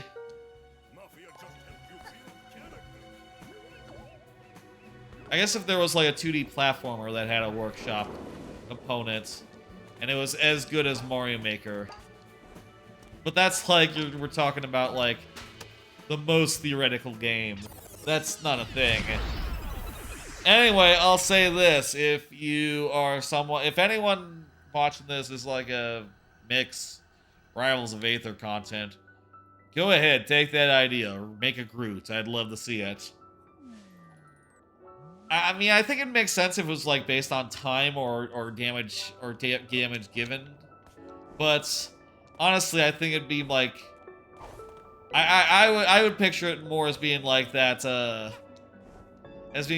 classic catch-up mechanic thing based on like increments of like damage, you know, like something happens at 50%, maybe like Team Groot at 50, regular Groot at 100, and tank Hulk-sized Groot at 200. Just a nice little sunshine-ass bonus stage. And you can see it even has... They literally have the blocks out of Sunshine that have the guys on them, you know, the whole... fucking... what the fuck you call those? The niblets. Those things over there. It's pretty direct, pretty shameless. And I think that's great, you know? Hey, I think that you should be a little shameless. You know? You should be honest about your influences and shit. Hello, Mario fan, level E. How's it going?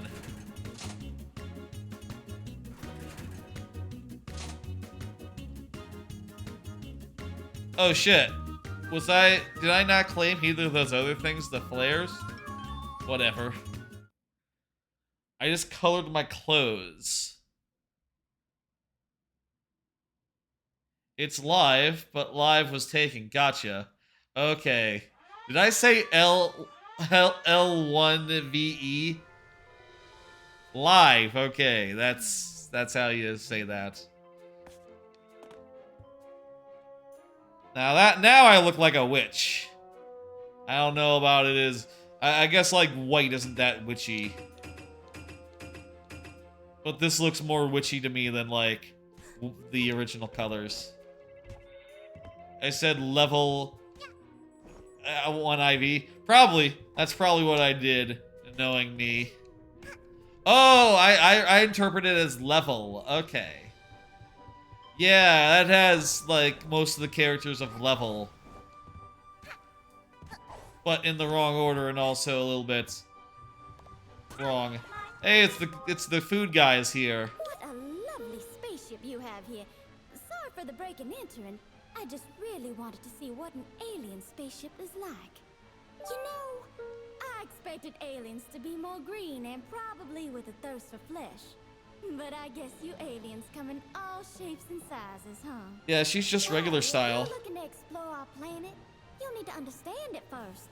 Otherwise, you won't know if you're stepping on grass or quicksand. Don't know how to identify relics? Okay, what's up? This burger cushion relic for free. Okay. We got a burger cushion relic, okay. You can identify this relic at the podium. If you place them on the podium in the correct order, you might be able to make sense of it. It's time to see, are you a burger on the right or a burger on the left guy? If you're able to identify a relic, something great might What, like, You putting it never on know. like a certain podium? I've taught you everything.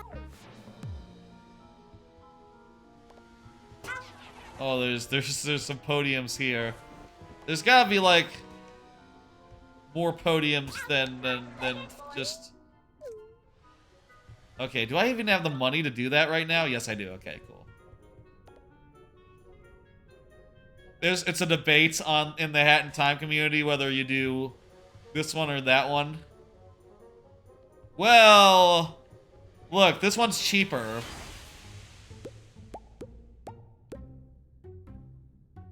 Train set. Let's go train set. Fuck it. There must be other podiums also that the burger could go on.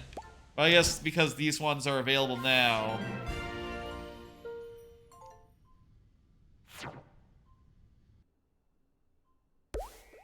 Oh shit, that gave us another one of those levels then, huh? That's nice. I'll say, by the way, if you're curious, Mario fan, I'll say I have finished this game before. You've chosen the less popular side. Well, this one is having the train set, though. Well, goddamn. I wonder what I was in my original file, I'll say. You know what, let's...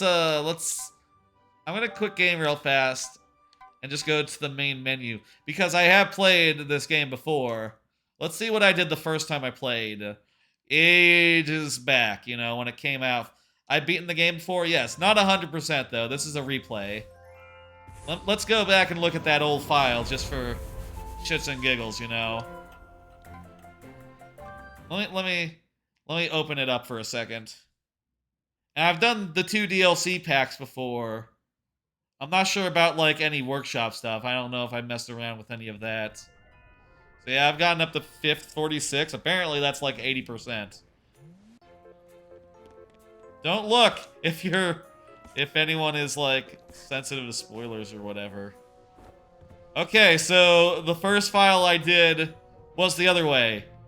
Burger on the right. Well, isn't that interesting? I am not internally consistent, I guess. Let's go. Well, we're not playing this file. We're playing the other file. So, you know, I guess Burger can go either which way. You know, if you hadn't have prompted me to think about it, maybe I wouldn't have tried to be interesting with it. You know, that was the cheaper option, the one on the right, which makes sense then. Was the cheaper option. Let's do...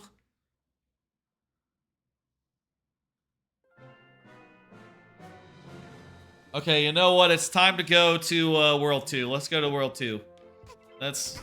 We done a good amount of World 1. We also did, like, one of the rifts and shit.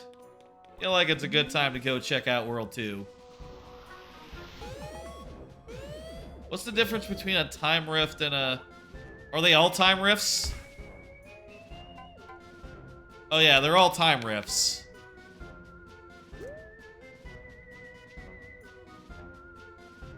I think it's a meme speedrun category called Burger on the Right Percent. Self-explanatory, create a new save file, and when it ends, when you put the burger on the right. Jeez, that category would be just, you know, it's just then playing the first world then, basically, right? I mean, I like the first world and all, but it's not my favorite world, is the thing. Like, I would probably say... Let me say this. Let me just, like, rank the worlds, just based on, like, my memory. I think my favorite world is... You know what? Let's do tier list style. So, S tier. Nyan Metro, and the mountain one. I thought the mountain one was really cool how open worldy it is, and I'm really looking forward to getting back to it. A tier. Probably this one here. Thought this one was like A tier with the 2 different areas. The film set and the 70s set. The film set probably more so. There's a lot of variety in that world. B, I would say the ship world, the DLC ship, and maybe the first world. And then C, the haunted world. I wasn't really that into the haunted world relative to the other ones.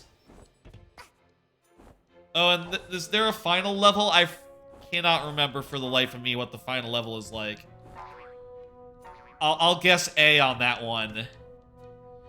Chapter 2 is probably your favorite when it comes to dialogue speedruns.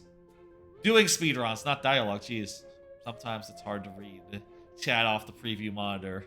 Train Rush is fun to ignore the clocks. Dead Bird Studio has 2 skips. You can skip almost all of Murder on the Owl Express. And Picture Perfect is really, is super quick. Yeah, I bet. I've never seen a Hat in Time speedrun. Well, I don't know if I have. Has it been at a GDQ ever? I might have done if it had been at a GDQ. I try to make sure to watch speedruns for games that I haven't seen when they're at GDQs, you know, when they get featured in that way. But I'm not sure about it. You know what? I said we're going into Chapter 2. Let's go into Chapter 2. We'll do riffs, like, after going into Chapter 2. Let's do it. I don't know if it's been in a GDQ. Time is currently, the world record is currently 33 minutes. God damn, that's fast. That's really fast. God damn. How many hats do you get during a speed run during any percent? Do you get, like, most of them, or, like, not very many? All but time stop. It's been a minute. I don't remember how that one works. This movie studio is too big for the both of us, DJ. Groove. I like his The character movie should be design. made by real birds. You moon penguins are just gonna write some loud, noisy dribble. If I wanted a bunch of picnics to dance around while on birdseed, ha! I'd visit my grandchildren. Nonsense, darling, nonsense. You Owl Express birds are just gonna record another boring train-related western. That's right. You've done so for the last 10 years, darling. How many do you need to do any percent as far as the time hourglasses go? What? No, we haven't, you buffoon. Conductor, darling, this year will be winning the annual Bird Movie Award as our new movie. Oh, that's an props will orb. bring That's in a the orb. audiences. That's a hourglass. These shiny things fell from the sky. 25 They will light our movie pieces. sets and fill them Not very with many. glimmer. Especially considering the DLC levels. Which, by the way, are those just, like, in the main progression? I forget. They're just, like, you know, unlocked at, like, are they just unlocked at, like, certain numbers of hourglasses? Like, I don't know, 40 or something? Oh, yeah? 30, 40, maybe? I don't know. Well, this time around, Maybe 35. we're also spicing it up with our newest movie prop. Yakuza is at 20 and Arctic Cruise is at 35. God damn, I didn't know it was that way. Huh. I would have thought it would be the other way around since Yakuza came out later. You know. And that's definitely the order I played them in. I played them in release order when they came out. So I guess we'll have to, I guess this time when I replay it, I'll be seeing them the other way. Or maybe I'll Last thing do them is, in release we'll be order. the grand jewel in our train heist western. The 4 main levels and then Arctic Cruise and Yakuza. We'll see. I'm really not sure, like, how long it'll take to go through all these levels for me, as playing it casually. 90% of Yakuza is spent out of bounds and climbing into death zones to basically teleport. That's pretty cool. I like shit like that, but also, you know, personally, I'm just gonna play it normal style. You know, doing, like, the platforming as designed, because it's pretty well designed. Yakuza especially. You no good, dirty picnics! You copied our props! I would never, darling. Owls and Clearly, penguins. you're the one who took inspiration in my flashy new props. Oh, that does it! Get out of here with ya! I've got a movie to record! How is the console versions of this, by the way? I'm curious. Fine by me, darling. But Usually when I, you're to win the annual Bird Movie Award, mark my word. Usually I stream from a console version of a thing, right? But I would have to buy it is the thing. I would have to buy a new copy of it. And also the DLC, so that's a little bit... you know, I already own all of it, so... If possible, I'd like to play this version, but I'm not sure if it's like... If OBS is handling, the game playing at the same time Oh, yeah? all that well. See how well you do when you can't get into the reception. I need to look, like, after the stream is over, make sure to see if it was, like, framey or something, like the capture card and all. You know, if the stream was a little bit choppy and shit. because I am a little concerned about that. All right, time to go, owls. Let's make our killer movie. If needed, I'll grab the 360 or not 360, jeez, the Xbox version, and I'll catch up to where I was off stream. Near my crew. Switch version is pretty damn unoptimized. I've heard that, yeah. I've heard that. That's why I would say Xbox and not Switch. Haven't tried any others, but I assume they are better. None of them have Online's or Vanessa's Curse DLC. What's Vanessa's Curse DLC? I've only heard of the two major DLC packs, the Cruise and the Neon Yakuza Metro. What's Vanessa's Curse? Certainly online, obviously, that makes sense of not having that. My plan is for this to be a single-player, offline playthrough. Creator DLC. It's an online game mode. Okay. Gotcha, that makes sense. Badges are totally in. This guy has a little bit of overlap with the guy from Chapter 3. I feel like. As far as the niche of, like, weird character that has, like, glitchy stuff going on. This is a great idea for a level. I do think that it's kind of a shame that like the two sides of this level, this world, don't meet as often. You know, like this, where you got like the train to catch thing over there. Is there camera mode? How do I look? Can I go into first person? I'd like to look at the posters.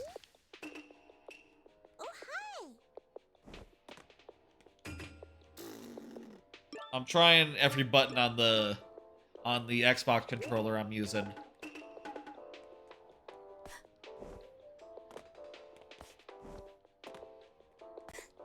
Let's try to look at these posters, but like I said, there's once upon a time on the Science Specs, you use the scroll wheel. I guess I can like sort of like look. Is this how it would look if you did like scroll wheel stuff? This is up and down on the stick, but you don't go quite first person, though. Anyway, there's not that many times when like the two meet like this, and it's mostly just like, oh, here's some disco levels, and then some Western levels. Which, hey, it's actual first person. Don't know why it's not on controller. I wonder. Let me see. Let me go into settings real fast. Is there like a controls thing? Top-down camera.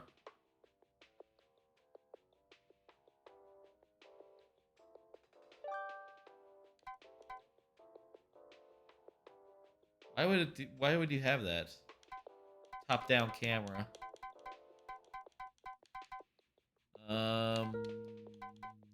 Input settings. Auto jumping. Manage controllers. Oh, I already have. Configure. Okay, so I can look up. Let's see, photo mode. Don't go into input settings. 9 times out of 10 is soft locks. Okay. Steering clear of that. Thanks for the tip. I seem to be good. For what it's worth. Oh, this is a good bit. You know what? This is another level with a really good conceit that's just like a really good little joke. Which is that everything you do here you get fined for. I'm gonna do a card. I have these things that on my channel, I do cards, and I talk about whatever's on them. Been re-listening to / rereading Hunger Games. It's gonna get confused because the hotkey uses the keyboard. even though it's on a Stream Deck. If you try to rebind anything, it just gets stuck there. Well, fuck. I don't want that to happen in the middle of a stream. Anyway, I mentioned like last week that I started listening to the Shriekcast, which is a podcast. Started doing like a close read of the Hunger Games, and I have just been enjoying so much their reread, or not reread. They're reading it for the first time, but they're reading it for the first time. But I've read it before, and I was just inspired to go pick it up and read up to the point where they are. Now, this isn't gonna be a thing where, like, over the next few days you hear me, or like the next few streams, it's like, okay, I read this book, I read that book. Nah, I'm just gonna. My plan right now is to just read. Like just ahead of where they're at, you know, just read like next week's chapters, basically, this week's chapters, etc. And just sort of like relax a bit and take it easy. That book is just fantastic. The second book is also really fucking good. The third, I remember being really mixed, and I really don't know what how that spin-off is gonna work that I've heard about, but I haven't actually like looked at. God damn, this is cool.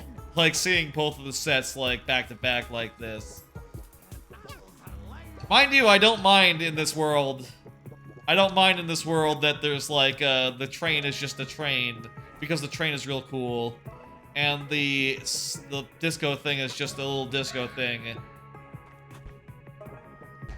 That's all fine.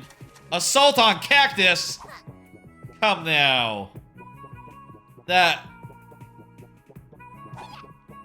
This is Assault on Cactus.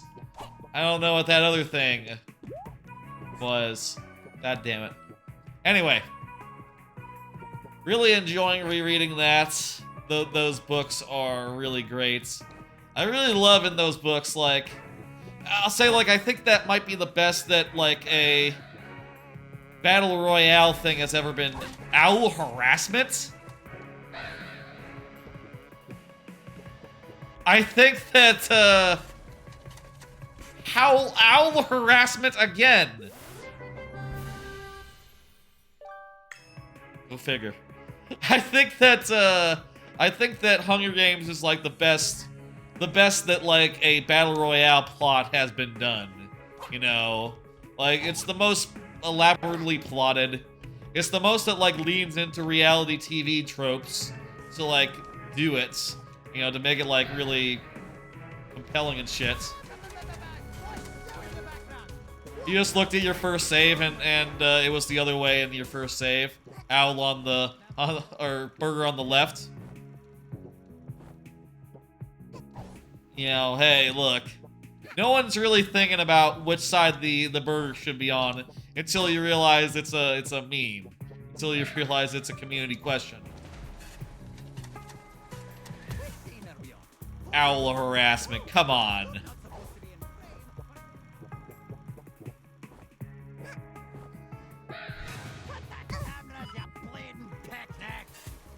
Disrupting studio. Oh, I got hit for that. I need to be careful, or else, I don't know, I'll go back to a checkpoint or something. There wasn't a checkpoint, was there?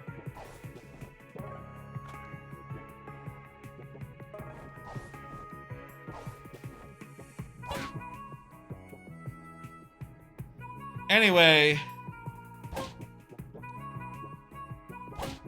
basically where I'm at now is that in those books. Damn it.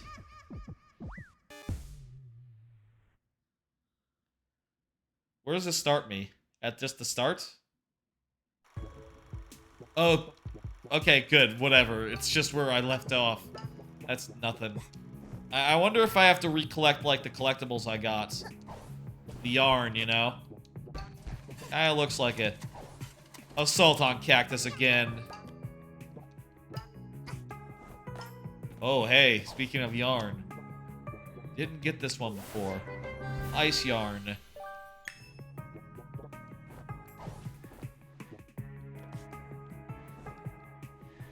Is Dead's Bird Studio supposed to be a reference to something? I'll tell you where I am in Hunger Games right now. It's where they are, and that'll be going forward, like, basically just ahead of where they are. The Hunger Games have started. They're like, you know, some reveals have happened. It's exciting stuff. Goddamn, though, I'll say. Like, there's some stuff in those goddamn books. I want to get that yarn before I leave, actually. That I'm really looking forward to. Just, like, to try to be as spoiler-free as possible. I don't want to spoiler anything, but, if anyone were to have not read those books. The only reference in the level is one of the birds at the beginning that was versed by Jontron. Yeah, I've heard that. I've heard that. I did think about talking to some of those birds. I don't know. I don't know shit about, Jonathan Tron. So, come on. So it wouldn't really mean anything to me, and also, if I recall, there was a whole thing that happened with him, was there not? I don't really care. I don't really care about what his deal is. Was. Whatever. How do you get that?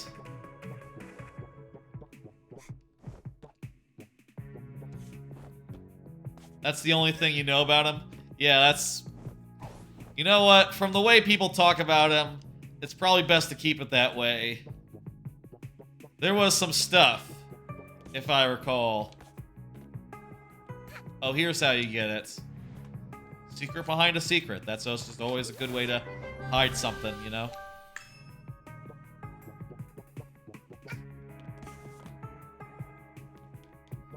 How do I get out from here?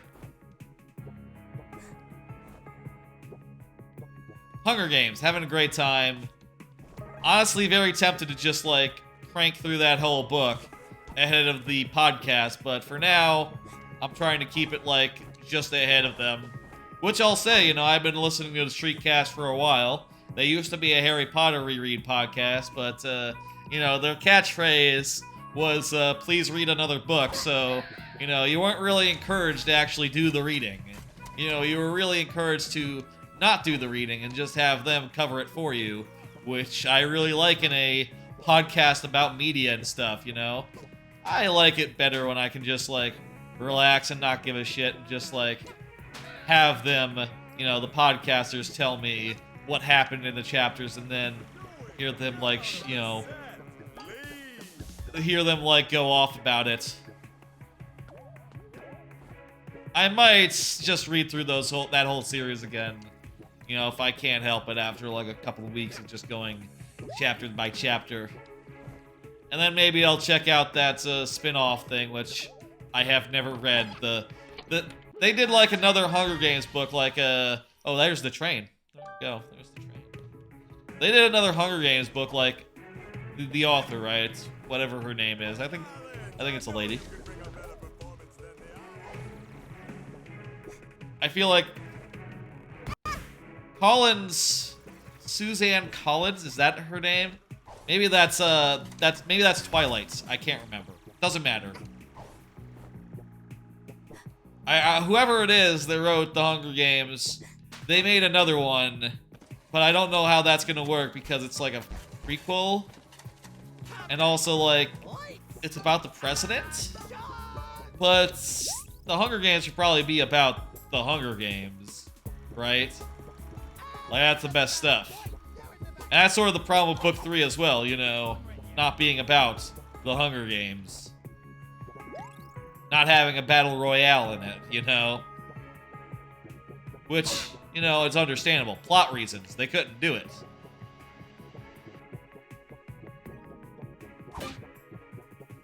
This is a cool stealth mission.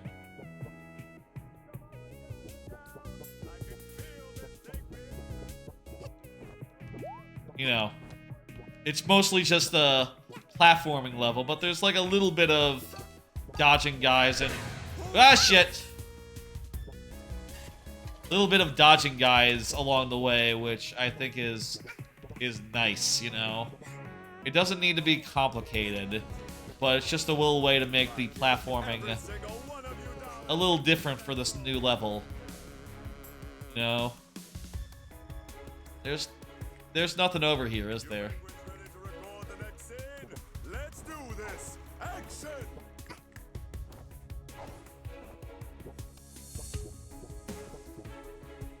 Eh? Why is there still the red thing even after he turns around? I think the red...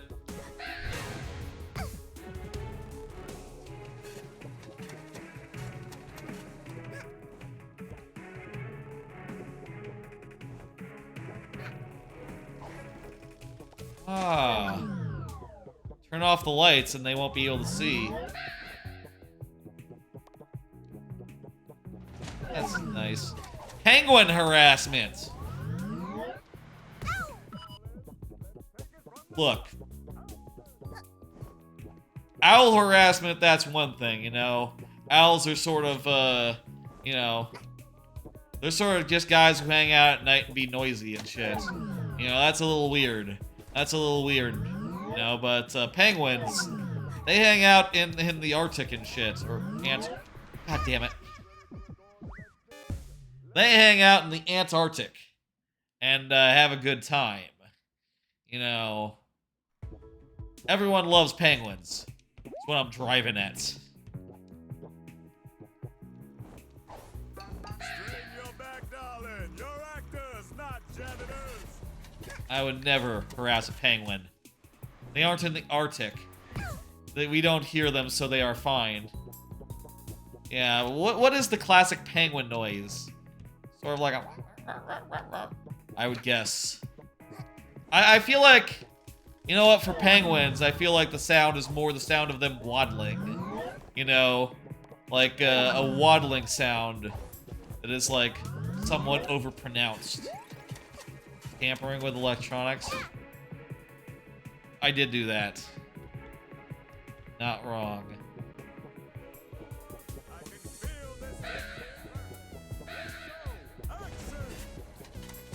Penguin harassment again. Ow.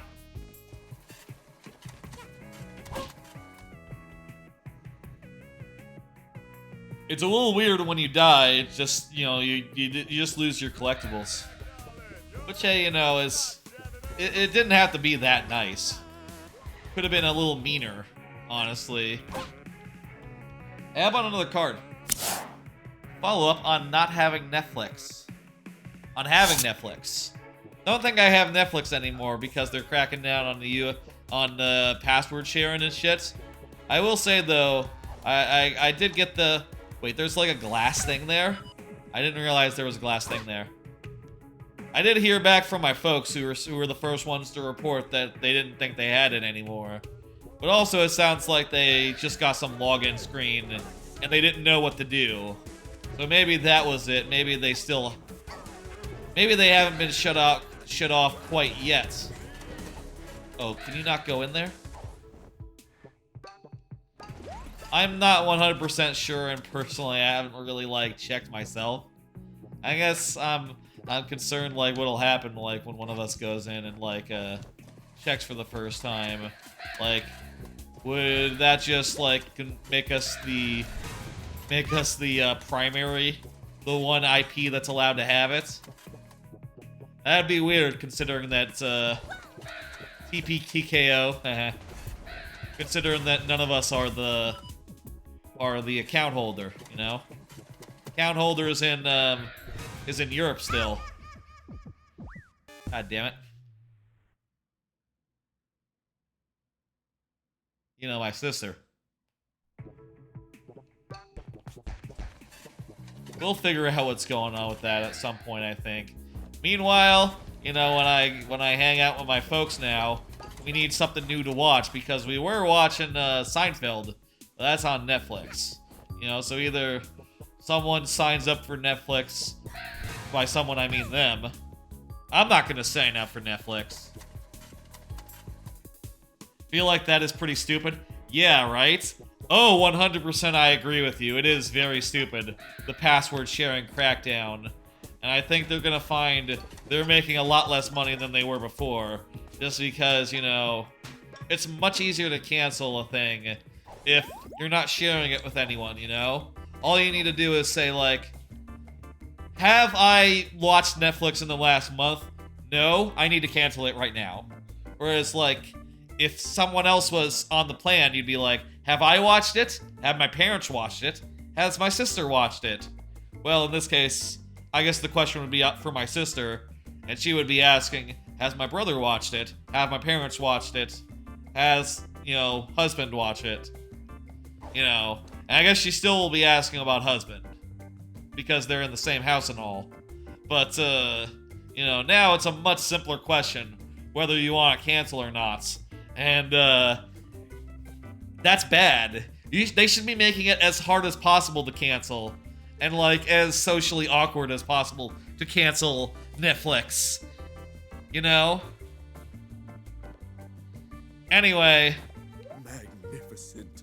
Stunning. Need to find something else to watch when I'm hanging out with the folks. You know? It doesn't really make sense to just, like, to find a movie every week whenever I hang out with my parents, you know? I like to do family stuff on the weekend, you know? Go over for dinner and, like, some sort of something on the... Watch something, you know? Of course, this big trophy is just a plastic replica. The actual trophy is really tiny. And to just be able to watch a show is simple and just gets rid of a lot of browsing when there's nothing to find, you know? Oh my, what is that I see? Is it true inner beauty? An innocent soul with a heart of gold? Yeah. It's not unusual for a big company to be throwing money down the drain because of a stupid decision they don't want to go back on. Right. And in this case, you know, they see it as like, there's theoretical money to be made here. If everyone signs out for Netflix, you know. They've had a problem where in capitalism, companies want infinite growth. And the problem is, there's not infinite people who will sign up for Netflix. You know, they had growth for ages and ages. Why? Because they kept going into new countries. And these new countries had new people to sign up. But I think they ran out of countries. So now they're saying, like, oh, fuck. Who's going to sign up for Netflix now? Oh, fuck, oh, fuck, oh, fuck. We need new subscriptions, and we need them now. Oh, God. What if everyone who is sharing an account needed to get a new one? Oh, that's good. It's not a good plan. It's a bad plan, and they're going to be run afoul by their competitors. Provided there's ones that have good selections of television, which I'm pretty sure they do. I'm sure we'll find something to watch soon enough. Yeah, that's right, I'm a beauty with a heart of gold. Oh no, it's just a little girl. Hello. Oh wait, you're not a penguin. Oh, that's good. I could use some non-penguin company around here, as all my penguins are frankly terrible actors. Here's the biz. I need your help. I'm on a terrible losing streak, and I just have to win this next annual Bird Movie Award. There's no doubt I absolutely must have you as the star. Can you... I'm trying to remember. Do you choose which one wins in the end? Whether you want to go with the side with the penguins or the owls? That must be... You know, we talked earlier about burgers on the left versus burger on the right. That's a thing. That must be a way bigger, like, conversation. Or maybe it's not because, like, okay, this one's faster, so you always go with this one. You know, at least for speedruns and such. Or maybe you do both of them. Maybe you do one and then the other, and they each get you a hourglass. We need to give you a bird passport, darling. Step right over here. All right. The most important part of a passport is the picture, darling. You have to look flashy and stunning. Step right over here. Let's take the pic. Right. Okay, put on a smile and stand still, please. Don't move. I'm gonna move. Hey. Let's see how the picture turned out. Darling, you moved! The picture is ruined! How could you? I did do that. We've got to fix this ugly mugshot up with some old-fashioned photo doctoring. Here, take these markers and turn yourself into the most stylish, fashionable young lady. Wait. How'd that happen? I was facing away from the camera. Kind of. It's not a selection screen. The sides that gets more points wins. If you want the losing side to win, just play your levels more to get more points for that side. Huh. So yeah, I guess in a speedrun, do they try to like, so is it like very tightly routed to avoid like getting more points for one side or the other? Or would that like waste more time than it's worth to get one side or the other? Or just like, or is it not even close enough where it matters, you know? Yeah, you'll get this one invariably going the speedrun routes. Like, it's not even a concern. Usually you don't even get to the point where one side wins. Let's say 100%. Let's say if you're going 100% speedrun. In that case, you would, right?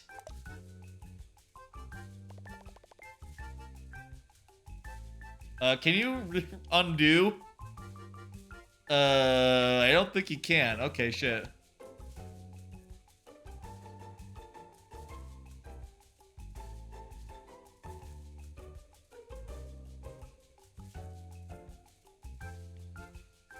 Eyebrows, good enough. Let's slide this picture into your passport. Wonderful, darling. Oh, just wonderful. Meet me at the movie set tomorrow and we'll make you a star. Yeah. In all timepieces, would assume that GTA wins because of Picture Perfect, making you collect DJ tokens.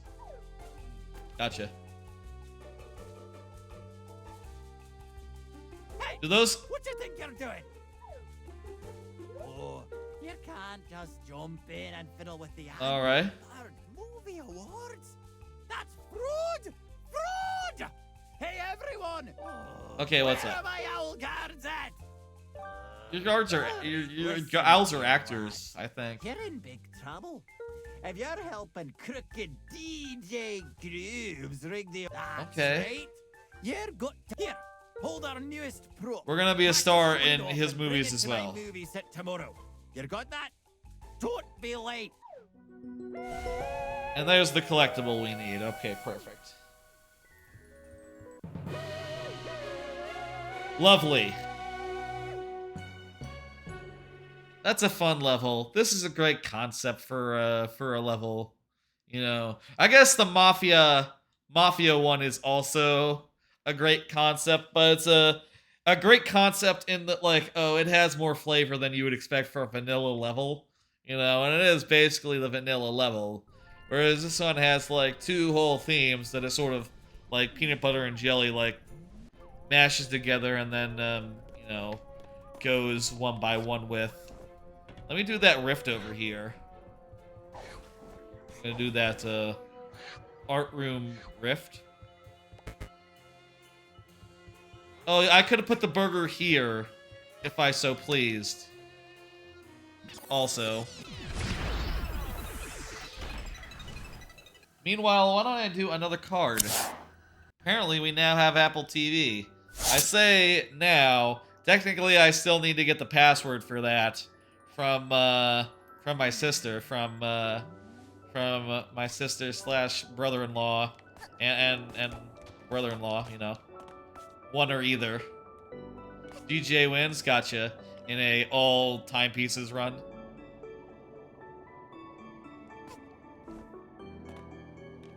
Bubbles look like they should be collectibles. Still need to get the password, but they got it set up at my parents' place. And yeah, Apple, whatever. That's nice. I thank them for going ahead and subscribing to that. That's the thing about, like, any case where, like, passwords are shared and shit, is that it's very easy for one person to get a service and for a bunch of people to have it as a result, you know? Whereas if less one person's allowed to have it, you know, it's a lot less valuable. If everyone had to pay for every service that they used individually, they would probably just, everyone would have, like, one service. Right? And that would probably be like HBO specifically. I'm sorry, that's not what it's called anymore. Max, the one to watch for HBO. I'm sorry. You thought about running ATP, but never went much further than that? Gotcha. So you've never, like, looked into what that's involved. I mean, I bet it's, like, a little... I mean, I'll say, like, you looked at my file earlier. Apparently, I didn't get every timepiece in the game. There's probably some really hard ones that I would be really frustrated by. Just, like, going for them casually, even. Oh, shit. Need to do the homing attack. Anyway, I spent a little time just looking at, like, what Apple TV has. World record is, like, an hour longer. Hour 43. Gotcha. Yeah.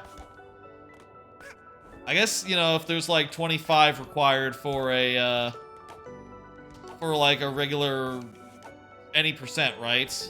Only 25 pieces required. Then, yeah, like, that's more than double. That's more than double, isn't it? If 40 is in the regular game, then the DLC adds I don't know how many, maybe like 10 total, I would guess. So probably like, yeah, probably like double, basically, right? How many does the DLC add? Looked a little bit at like what Apple TV had on offer, and it didn't seem like that much in terms of like the movie selection. Looked a little slight. To me, it looked a little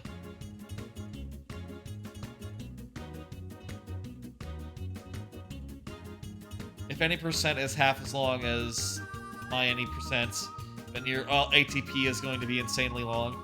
Gotcha. So your PB is pretty long. So you're learning it or just working on it? I'll say I've never done any speedrunning. Any sort of, like, proper speedrunning myself. 56 minutes. Well, you know, hey, we're 2 hours into the stream. So, that's pretty damn fast as far where I'm standing. But also, I haven't really, like, looked into how you do things if you want to do things really fast and shit. Also, you probably don't listen to the dialogue and shit. That's obviously wrong. That's obviously not what you want to do if you're going for speed. Nope. Nope. Let's see. Is there anything fun we can do right now? We have 7? No, we're at... Yeah, we are 7. Well, I can unlock the third world, I guess. We'll check out Subcon Forest next time, I think. I think let's save that for next week. But we're not ending yet, of course. I tend to go for a bit. I want to do some more, like, I want to do more World 2 stuff, honestly. That's what I want to do. Or maybe another Rift. You know what? Let me do a Rift in World 1 real fast. And then we'll continue on with World 2. That sounds like a plan.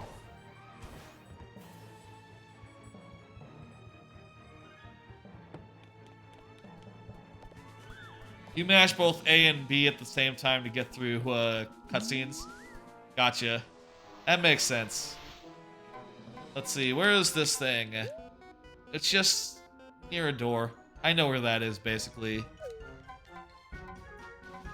To get this, you'd probably go to, like, just the barrel battle, right? That's probably the easiest one to do repeatedly.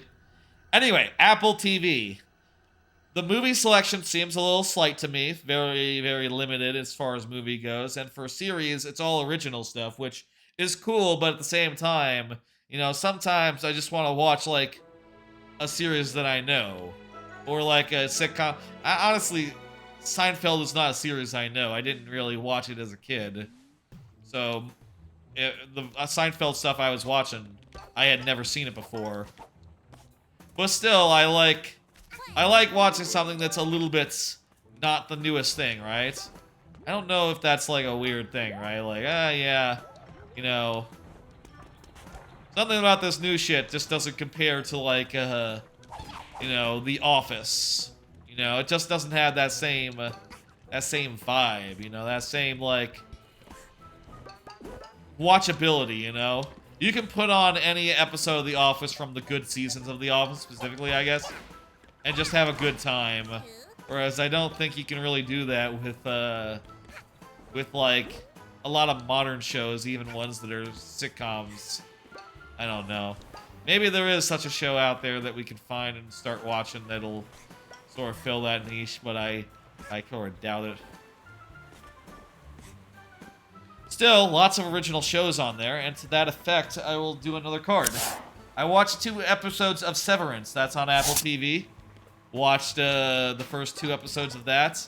People talk a lot about Severance. They say it's great. I had no idea, I'll tell you. I had no idea, turns out, what the concept was. I thought it was just about people getting laid off or something. But apparently it's a whole, like, weird science fiction adventure where people have, like, different brains. They, like, section off their personality, so they got a workplace.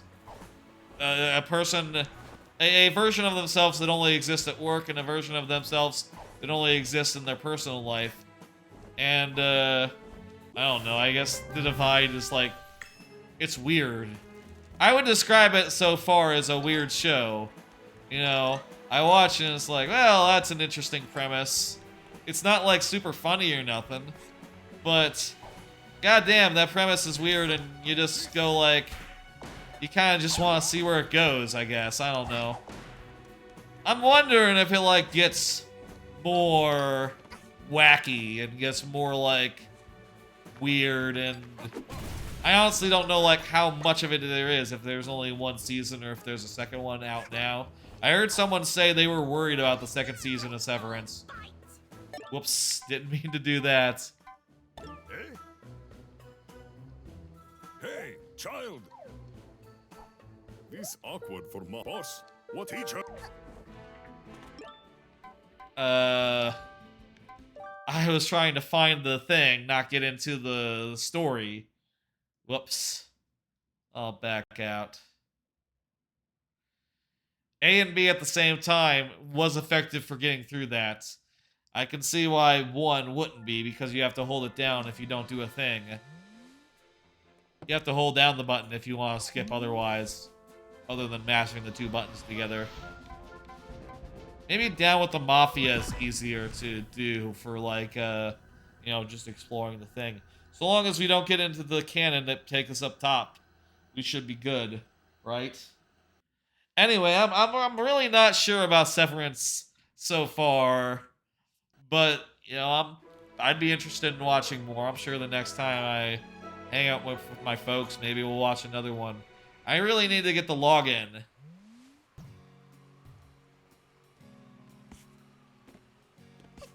This is an easy one to find. Yeah, I know where roughly it was. I've been there before. Just, you know, I just need to run around the perimeter of the level and run into it. I don't know what these tokens are for, with the faces on them. Maybe that comes up only when you've been to Subcon or something. They kind of look like the Subcon guy.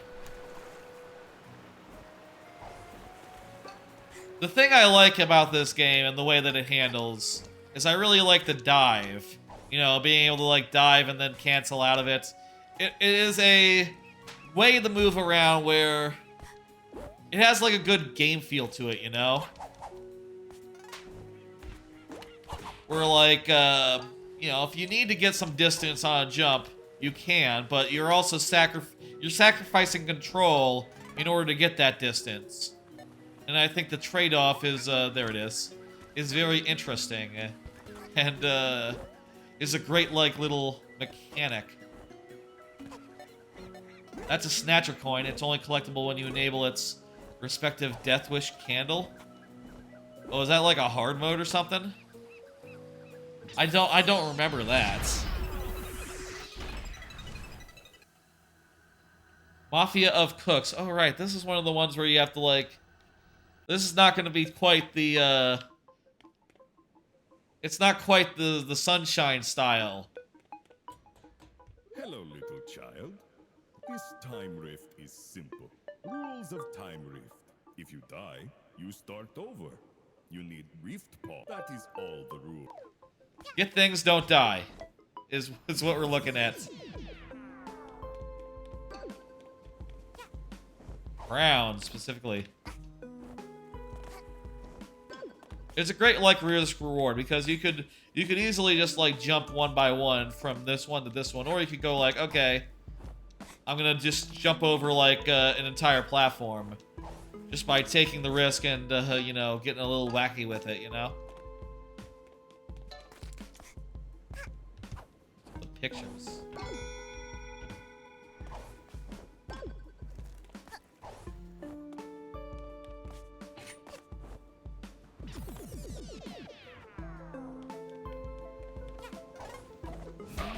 We have to kill these guys to get their rift pawns. I don't know why they're called the rift pawns. Does that mean something? A pawn? Deathwish is part of the Seal the Deal DLC? Oh, I've forgotten that. I thought the whole DLC was just, you know, like, in the thing.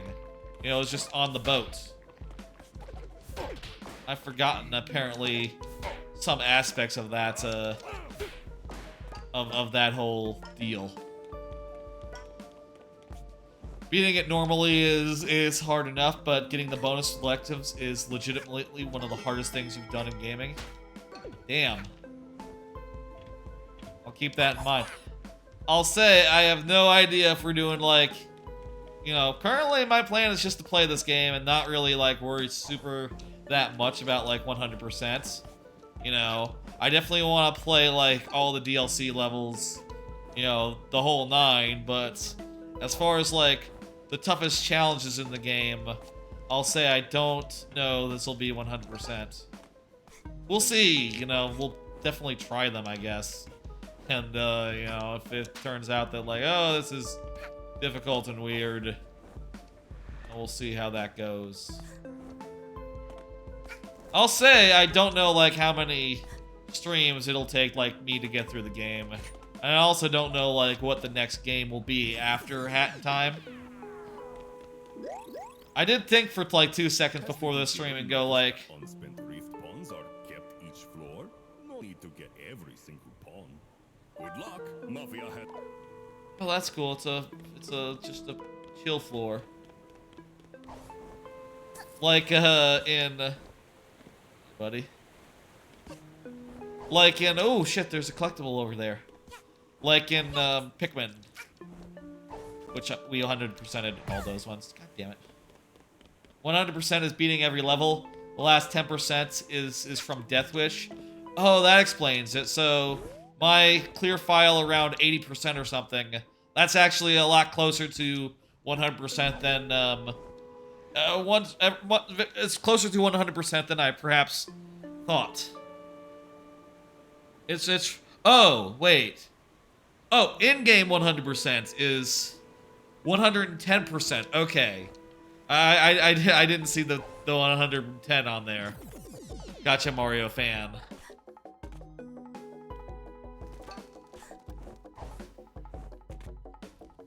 It's kind of weird insofar as this is a lot more like a Pikmin cave than it is like Super Mario.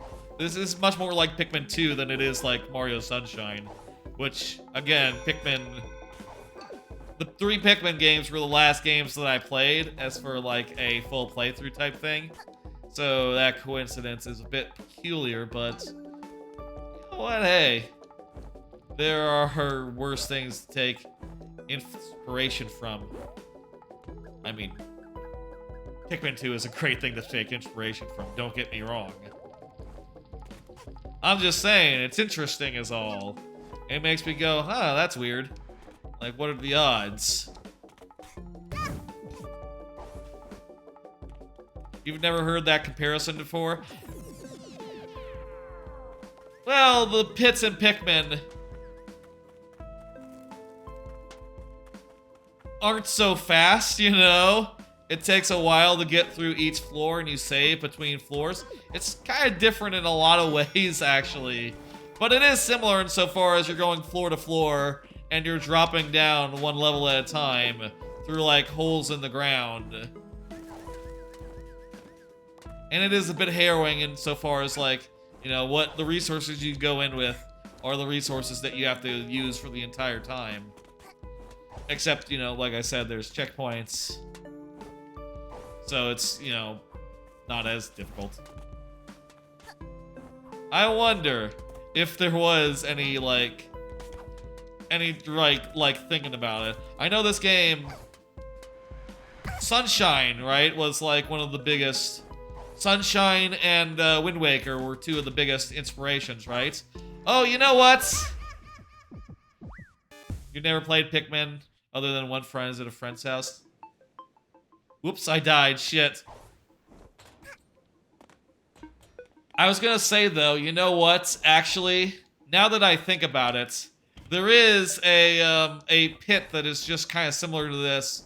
That's actually more similar than the Pikmin one in Wind Waker. There's totally a trial pit where you have to go down and fight enemies on each level. That's right, first try. There's totally a pit in Wind Waker that is actually pretty goddamn similar, if I'm thinking about it. A lot more similar than Pikmin, actually, really.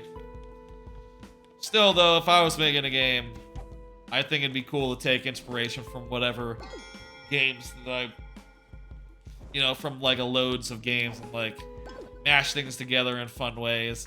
That's, you know, that's part of the thing that I like about this game. It's like, yeah, it has elements from a bunch of my favorite games. The games that I really like Sunshine, fucking rules, and, like, you know, the humor is a little bit on the Psychonauts side, you know? Wind Waker was definitely an inspiration. Yes, I've heard that. Child is predictable. Child is predictable, but so is Guy.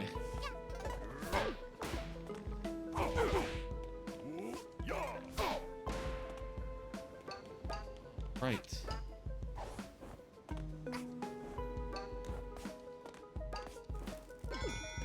I'm sure there were a lot of in a lot of things like, you know, a lot of ideas went into this game, clearly.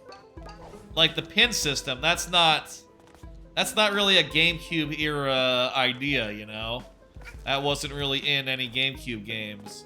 It is in Psychonauts 2, actually, come to think of it. Like, pretty much the same badges system. Kinda. So it's similar anyway, I guess. Maybe not exactly the same.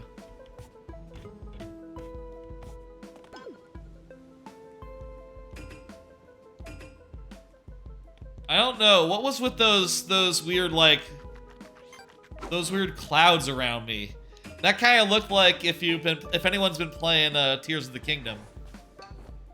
Like when you have something on you that's about to burn, you sort of like start smoking like that. It's a little worrisome. It's a little worrisome when you see the smoke rising up from you, you know? Wait, what's that? Is there something on top of the thing? No, that's just fireflies or something. How's about 1,000-year door? Oh, that's a good pull. Yeah, that has badges, but they're like, you know, BP limited. Whereas this is like you only get 3. You know, I've seen games more recently that have that sort of thing going. You know, like Ori, I think, has a system like that. Doesn't Hollow Knight also have badges that are equipped in that, like, that way? I like the badge system in 1,000-year door. You know, that is always a game I will say there should be more indie teams making, like, you know, making, like, their takes on 1,000-year door. You know, I feel like you could do a lot with, like, you know, customizing several different characters and, like, you know, party members and such, and, like, building them out to synergize with each other in weird ways. You know, there's a lot of just untapped potential there in, you know, the basics of,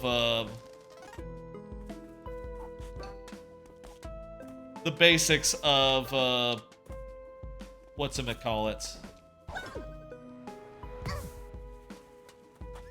the basics of like 1,000-Year Doors, like mechanics and ideas. You could build something like really unique. I have thought before. No. Hey, lame, error 1.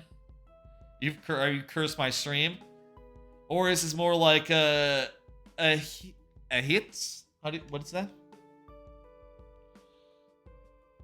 Or is this more like a hits badges more than Hollow Knight's charms? People always make the comparison to charms, but in Ori you have shards. You have shard slots. Each one takes up a slot like badges. Yeah. There's like the slot thing about it. Oh, that's an abbreviation for this game. Gotcha. Okay. I've never seen it before, so I didn't like automatically put that together.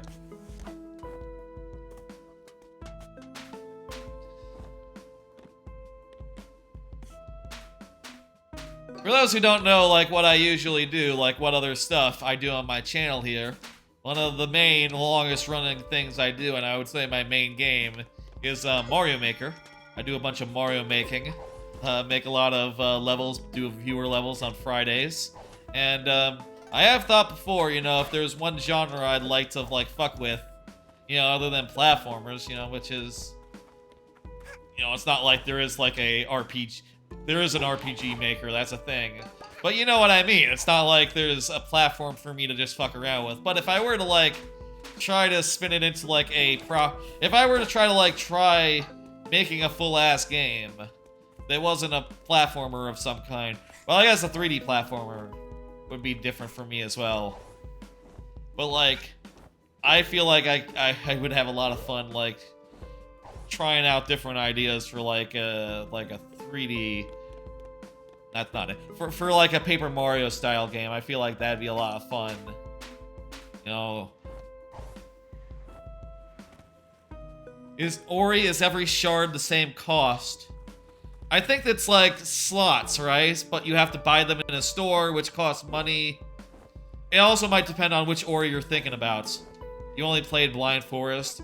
I would really recommend, by the way, Will of the Wisps. That is a phenomenal game. I like that a lot more. I don't want to miss a sticker or something, so I'm not sure if I'm good to go already. I don't see the sticker, so let's keep moving. Your PC can't handle it? Ah, gotcha. I have it on Xbox. I think it's also on Switch now. Yeah, I think I missed one of the stamps. It's okay, though.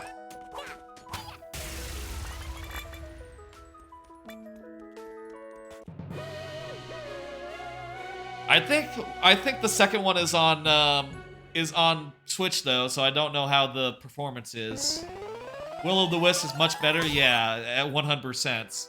It's like 1,000 times better. It's like sublimely good. The first game is very much like, that's okay, you know.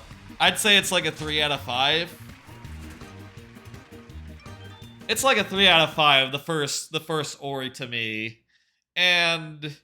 You know, part of that is that there's like the main mechanic, like the bash mechanic, and you get it like 80% of the way through the game. It's very weird. You know, it's the thing that kind of makes that game more than just a really basic game where you set your own checkpoints, which, by the way, I don't think... I'm not big into that idea. I don't think that one works super well, and they sort of abandoned it a little bit in Ori 2, which, yeah, that probably the best choice, you know, the good choice for the good choice. It was a good choice, you know?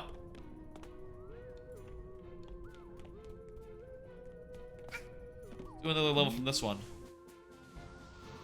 In Hollow Knight, every charm takes a different amount of charm slots to equip. Huh. I didn't know that. I haven't played that much of Hollow Knight, I'll say.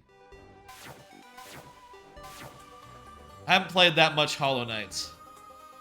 God, I'm really... You know what I'll say this. Of final thought on Paper Mario.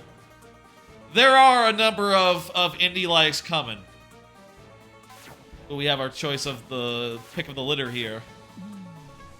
We're around 3 hours in. into the stream.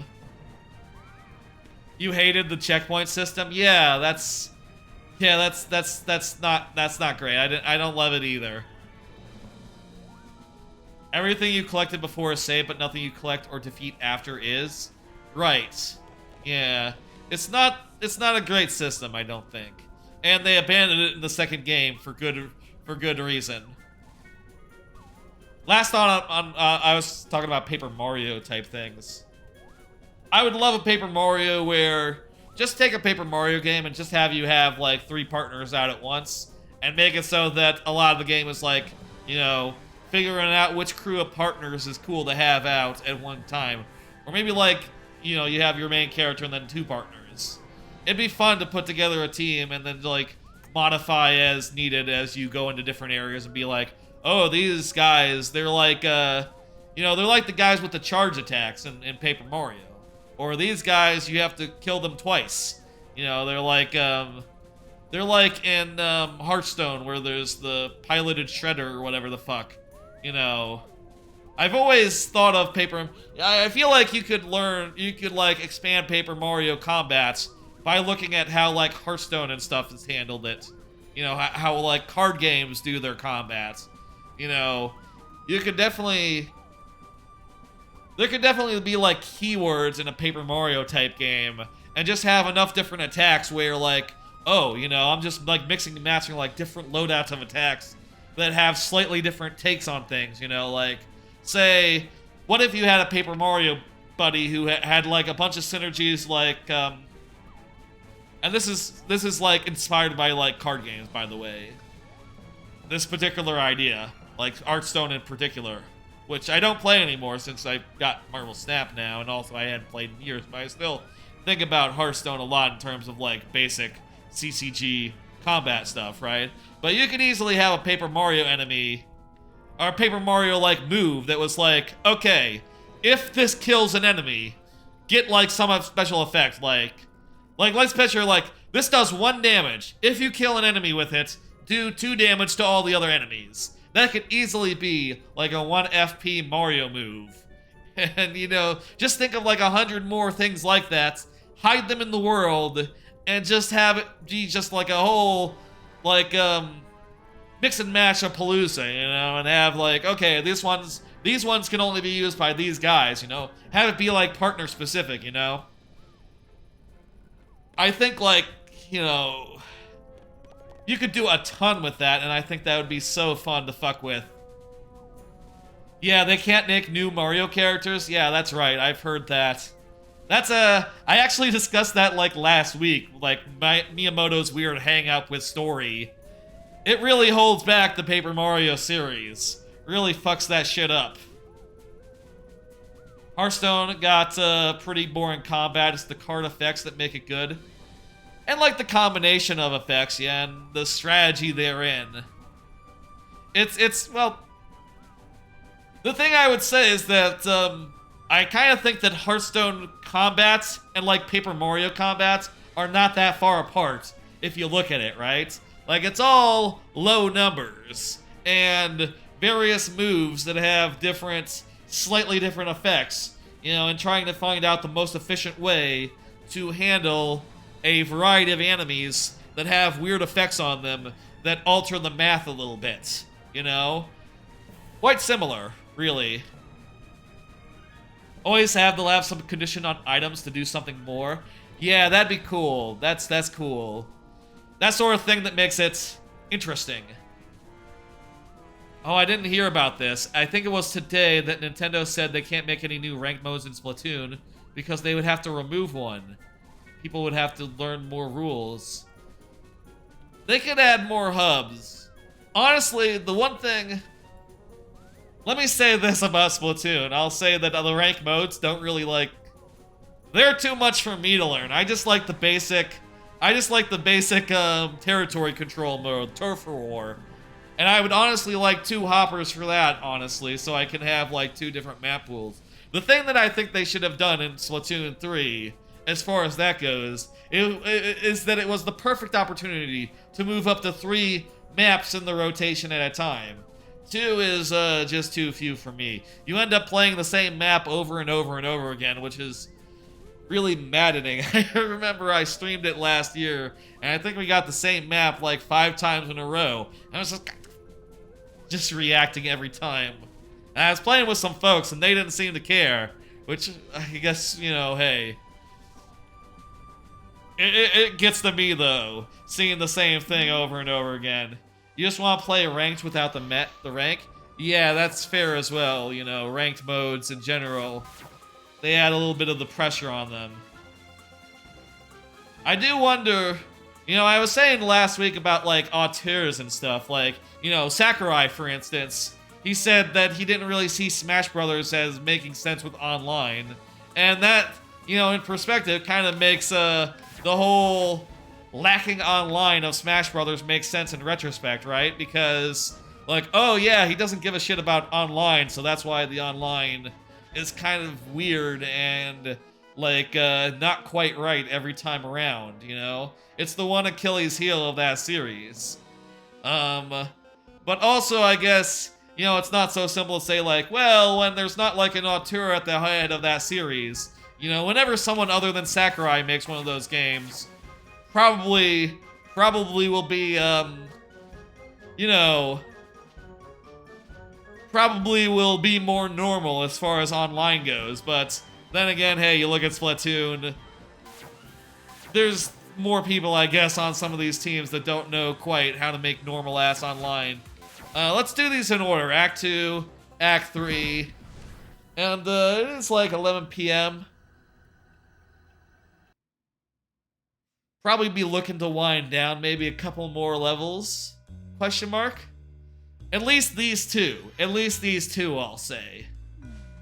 The train level, the first train level, and the first, like, disco level. Has there ever been good online in Nintendo games?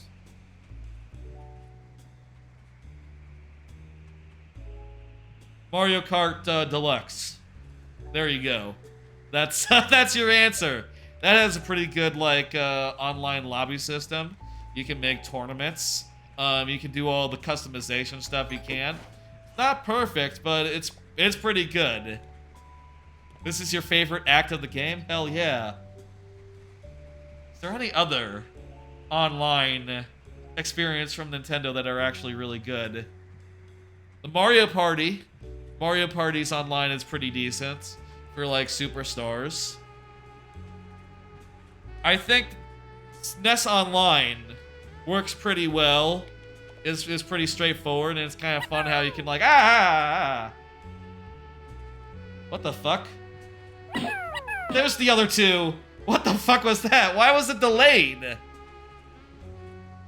You know what it must be? It must be because I'm running the game at the same time. It must be lagging a little bit. The throwing thing. Where's the second one? Was that all of them? I feel like that was short. I feel like that was not, apparently there was supposed to be 6 of them. Felt like that was 3. That's a problem if okay, that was the right amount. I don't believe we've had the pleasure of... You know what? It's doing fine. Whatever. As you can tell, I am also an express owl. You know what? I mentioned Psychonauts. Hooting. I mentioned Psychonauts earlier. This is just 100,000% Psychonauts. Like, pretty directly. Very much inspired by Boyd's level in the original Psychonauts. Maybe because it was redeemed too fast one out of another? Maybe. Maybe. That... I wonder. That seems screwy, but let's keep an eye on that. And tell you what, I'll pop off throw 20 of them at me right fast, see how that works. That worked fine. You know what? Hey, they seem to be working fine. From one owl to another, we can Can't do share that, details, you know? Yes? What is your uncle's sister's maiden name?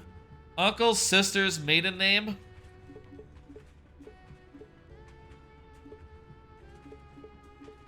I'm not gonna. I'm tempted to just type in the real one.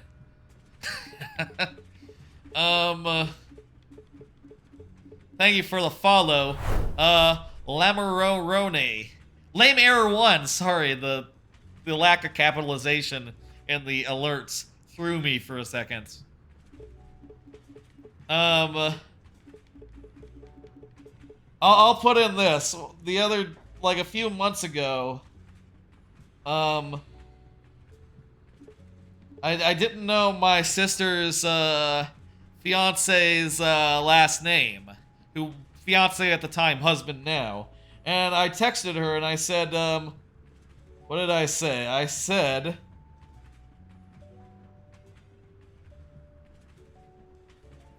I'm trying to get the exact wording here, the exact dumb joke.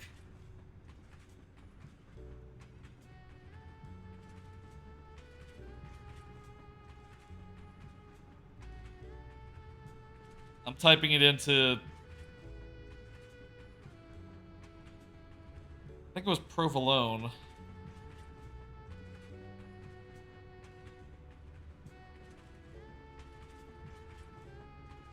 You know what? If I put in troll, I'll find it. There we go. Oh, you know what I said? I said, pick anything you want, it's gonna be funny. I said this to my sister. I said, this is from like last September. Mazel tov on the engagement. Dad tells me husband's last name is Portabella. And she says, Dad is a troll. His name is blank. Portabella, that's what we're gonna put in. Bella. He's not Italian, so it doesn't really, like, make sense. But I thought it was a funny random name to just, like, you know, ask my sister. Also, I pinned it on my dad. I said that my dad told me that. I would expect from a fellow express owl.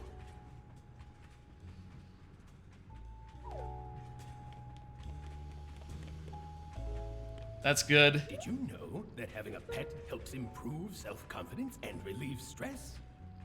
I've heard that. Know that pets can have pets? It is true. I don't think that's true. Unfortunately, us express owls are not allowed to have pets. It is a sacrifice we must make in the name of hooting. That's fair. But Pets, if pets, you had a pet, level what do you think the name of your pet's 5? childhood pet would be? What do you think of the name of a pet's childhood pets? There's a lot of things in chat that are like just based on I want to answer like honestly here. What do I think my pet's name would be? You can't hoot because I have a pet. I don't have a pet myself. If a pet had a pet,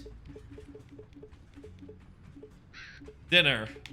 I feel like if a pet had a pet, they would be like meat is a good one, yeah. They would be like pretending to eat them, you know. You picture like a cat with a mouse, right? Just like a plaything. And it's Dinner. His name is Dinner. Is certainly an interesting name for a pet. Even for It's not a pet, it's a pet's pet. Did you notice that there's suddenly a lot of crows on this train? Yeah. They've all gone on to the last stop. They can't have a pet in the name of hooting. At which stop did you... Oh, right, the owls thing, right. What do you mean you fell from the sky? From space. Have we talked to everyone? Fellow Express Owl, you should not be going around telling information to strangers. Don't worry, I've been making up stuff. Security risk. I've been making up stuff. Also, I'm live on air, so... Your daily life become more secure. What is your favorite combination of letters and numbers? God, I'm so tempted to just type in my actual password here. As a goof. No, I'm not gonna do that. What's the password in Conker's Bad Fur Day? Fidelio. It's not fellatio, it's Fidelio. How do you spell that? How do you spell Fidelio? 1, 2, 3, 4, 5, 6 is very good as well. That's straight out of Spaceballs. I like that. Fidelio. How do you fucking spell Fidelio? Fidelio. I'm gonna put in Fidelio Conquer just to make sure I got the right Fidelio.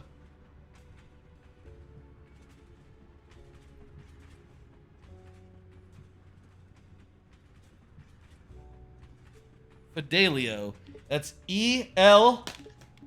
And then it's, you know, pretty much self-explanatory. Fidelio. Actually, let's make the O a 0. Fideli. Let's make the 1 a number as well. There we go. Fidelio. That's pretty good. Whoops. I hit start instead of accept. Is also my favorite combination of letters and... How'd you know that? You're the king. At least you will be. At some point, I should replay Conker's Bad Fur Day on stream. That'll be a fucking series, I imagine. That'll be... You know what I'll say? I'll say not immediately after this game. Not immediately after this game. But some point, Conker will be on the menu. Have you noticed all these crows around the place? I have noticed the Keep crows. asking for personal details, and I never know what to answer. Just make something up. Oh, hello, fellow Express Owl. Oh, yeah? I am stuck on an advanced mathematical and scientific issue. Do you see this advanced formula on the blackboard? I cannot decipher it. Can you decipher the scientific formula for me? What does it say? It's a gotcha. I'm gonna put in the actual thing. Yeah, sure, whatever, dude. Wait, does that say I lose? DCB4, I lose. Before... disconnect before I lose. CAPTCHA, yeah. I see. The solution is... It was obvious. Thank you, fellow, and thank you for agreeing to the terms and conditions no. on the backside of the blackboard. This is a good bit. I have, by the way, still a couple of cards left. I'll say I'm not really, did not get the joke yourself. The joke is there's a lot of terms and conditions. Sort of a gotcha. I got these cards. Let me do a card. Did you see that Waypoint's end is near? Apparently Waypoint is ending soon. Whole thing. I watched the whole exit interview, which Min-Max tends to do when people from the press like leave or get laid off or something with Patrick Klepek, and you know, shit. A little bit of an end of an era. I don't know what they're doing next. Yeah, it seems... Oh, disconnect before I lose. You don't get that part. Yeah, it just seems like a random thing. Have you noticed all these crows around the place? I guess people sometimes say that online. Sort of sad that Waypoint's ending. You know, and also apparently Vice is going out of business, is going bankrupt, so I guess that was probably part of the reason why they ended up shuttering, but you know, it seems like a whole lot. I already talked to this guy. Is this a ladder? Can I climb up this ladder? Oh no, it doesn't look like I can.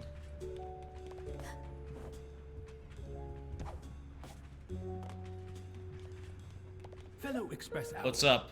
Do you ever wonder what it would be like to be a superhero? The most important feature of a superhero is the name. If you were a superhero, what would your name be? If entered on an online form with standardized account identification requirements. Well, look, it would depend on like what my powers were, right? And also, it might just be my Twitch name. I'll just put in my Twitch name. You know what? It would probably depend based on what my powers were. Like if I had like the power to steal quirks, that'd be one thing. If I had the power of like, if I had like wings and shit like hawks, It'd probably be like a bird-based thing. Savior of justice. I'll just write your answer down here real quick. Go ahead. It would really depend. It would really depend, like, what exact powers I had. If I had superpowers, and if... It would have to be also be, like, a superhero society. You know... This element table is way off. It's all... gibberish, yeah. That ain't right.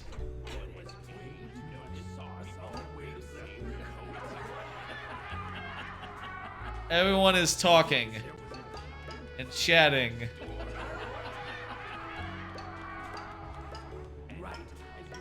Yeah, this is definitely one of the best acts as far as like having some of the funniest bits, as well as just like a great mood.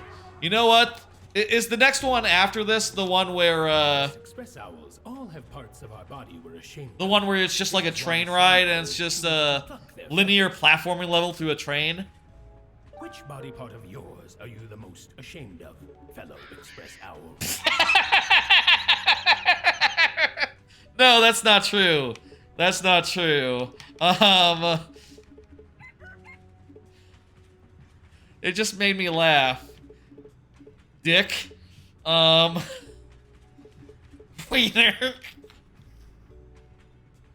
God, it'd just be so funny to put... You get an achievement if you put in a naughty word? Okay, shit. Does wiener count?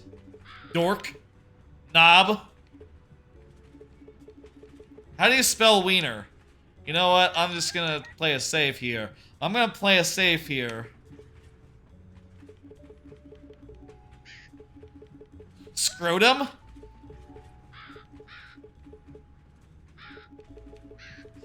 Oh yeah, well, they'll do ass. You know what? That's... I don't think that's true.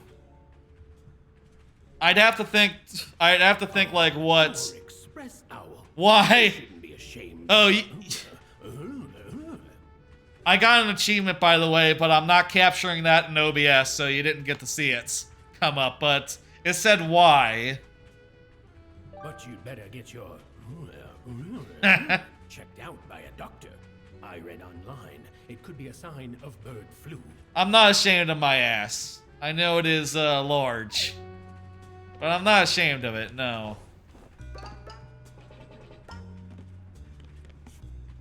If I was actually ashamed of it, would I put it on would I say it on a stream on the internet? No, I don't think so. Wrong answers only for that question.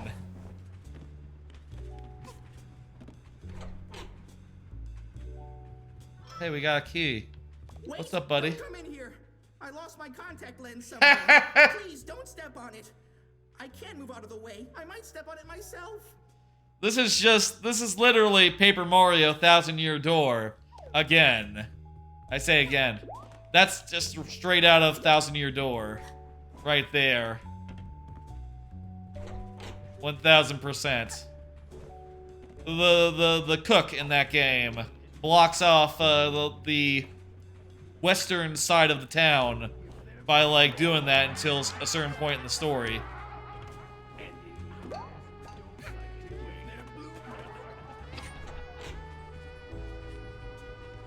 Oh, hey, we're at the front. How about another card before we see what's in this present? Well, I'll open the present right now. But I'll do another card as well. Crime-solving outfits.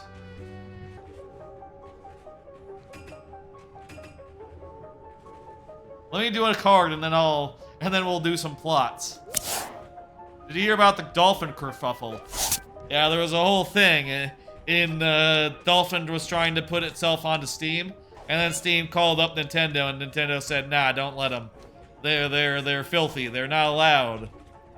That seems like bullshit to me, but what do I know? You know. Honestly, thank you. If emulation is legal, and it is, then you probably like coming up with stupid like things that defeat emulation and make it not possible, like I've heard that there's parts of like, but like the GBA has to check to see that the GBA animation at the start, like, went off properly or something.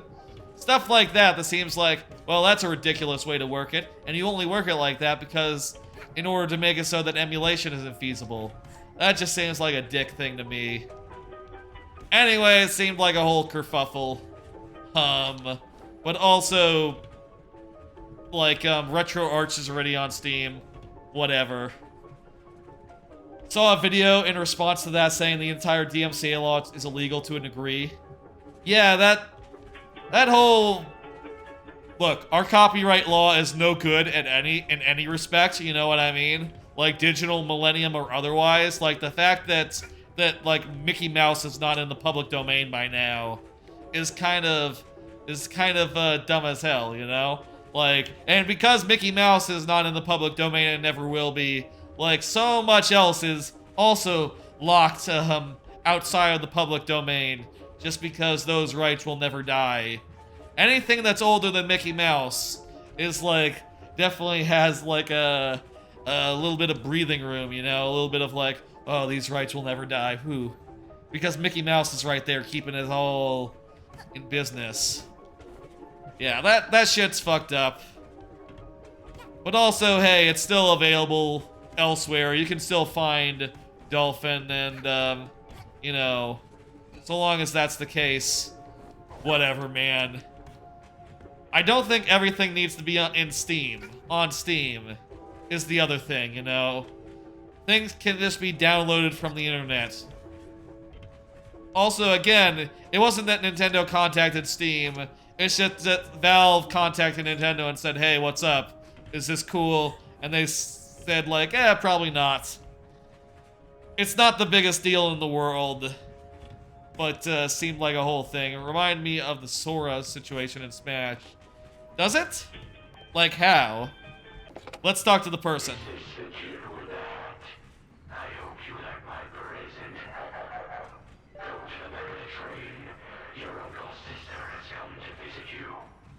Portabella? You better show your fam some love, or I'll be talking to a corpse next time. Oh no. Our sister's uncle's sister?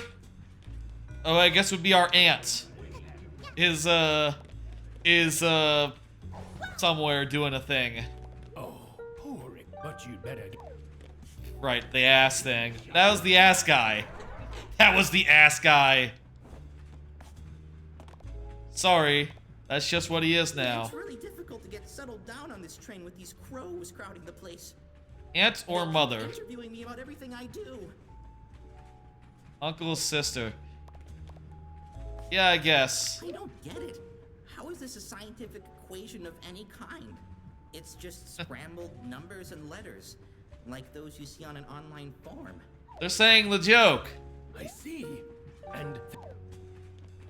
Have you noticed all these crows? They keep... Yeah. What are we doing again? I forgot already. We're going to the back of the train, is it? Oh, shit.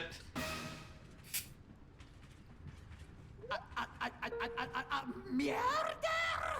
On my Owl Express? Right, this is a movie. I can't believe someone would murder one of the Express Owls. And I can't believe even more that it's your uncle's sister. What do you have to see for yourself? Oh, no. You didn't do it! Ooh, you're giving me the quiet treatment, eh? That's what a murderer would do. leave this case to us. We're Caw, the Crow Agent Watch. We've been monitoring everyone on this train since the last station. Every art that had Mickey. Oh, Mickey. I was confused about the spelling of Mickey. Was remade to not have him anywhere on the thing. Right, yeah. Weird law stuff around Mickey. Really, they should have put Mickey in Smash Brothers. They should have had Mickey and Goofy being there. I thought it was weird that they didn't. Imagine if you had God, imagine if in the last bunch of me me costumes had been Mickey and Sora, and Mickey and Goofy. Are those the two that follow? No, it's Goofy, Goofy and Donald. I don't play I don't play those games. I don't know the characters that well. I mean, other than insofar as I know Disney stuff. We'll be searching the entire train for evidence. No one is allowed to go outside of this wagon. I also thought, like, God, imagine if they had, like, done the due diligence and gotten the work, right? And gotten the rights to be like, okay, the level is going to be like a moving platform stage that takes you through, like, here we are in the Lion King, you know, and let's go into Andy's room. Here we are in Andy's room. And one more time, we'll go over to Hercules. Here we are in Hercules. You know, imagine if that had been the Kingdom Hearts stage. I feel like that would be, even for someone, I mean, especially for someone like myself who doesn't give a shit about the original Kingdom Hearts locations. That would be, like, so amazing to be like, oh shit, we're in Andy's bedroom now. And imagine if upon the music that, like, was included in the Sora DLC had been You Got a Friend in Me, and, like, you know, other such Disney songs, like the Lion King song. You know, song from Lion King. You know, songs from Lion King. Be prepared. That would have been cool. I mean, I guess that's not strictly speaking, fucking, I don't know. I'm sure, there's definitely some songs from the Disney movies that are in Kingdom Hearts by extension, right? Where they just play, like, Frozen song again. Frozen, they'd put Frozen in there, too. You don't feel like Smash is a place for other media? It's a celebration of video games? Yeah, but look, Kingdom Hearts is a celebration of Disney. So, to represent Kingdom Hearts, ipso facto, you have to celebrate Disney. Unless you're just doing, like, the OCs from that series, which are, like, you know, not the main thing. I mean, I guess that's just the way I feel about it. As someone who doesn't play those games. I know there's, like, spin-offs of Kingdom Hearts that don't actually do the thing. You know, don't even have Disney stuff in it. That's weird to me. I feel like every Kingdom Hearts game should have Disney stuff. Once the clock hits midnight, we'll get off at the station with the murderer in cuffs. Hat Kid should be in Smash. I think there is a Hat Kid workshop character in Rivals of Aether. Rivals of Aether, very good workshop, by the way, if you don't know.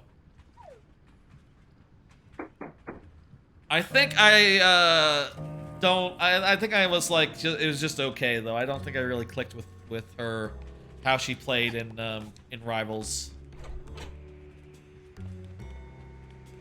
All right, folks, we got a mystery to solve.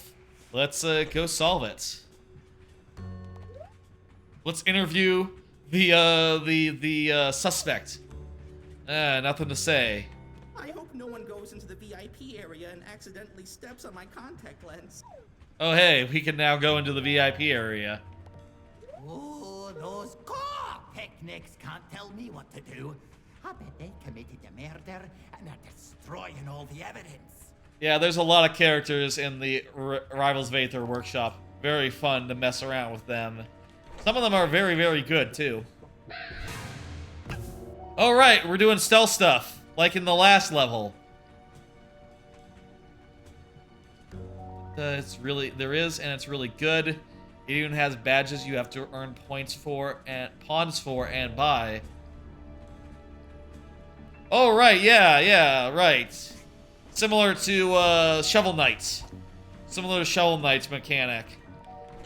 Honestly, like, that stuff for Shovel Knight doesn't really work for me. I find it a little bit cumbersome myself. I feel like, you know, it's more random in Smash Brothers with Hero, but I kind of like the way that works a little better, honestly, where it's just like, it's not complicated. It's pretty straightforward. It's not complicated to figure out, like, you know, how to use a move, right? It's just random and weird, whereas, with, the character of Shovel Knight, it's just a little much to do some menuing just in the middle of, action, you know? Let me do another card while we're exploring this thing. What do you think of folks going around about debunking crackpots? I watch a lot of science YouTube. I'll say I watch a lot of, like, you know, paleontology stuff about, like, extinct animals and shit. What is that? Oh, I need a ground pound to get it, so I don't. Whatever it is. We spending time by, like, exploring here? Shit. Maybe we should think about where we go, rather than just going.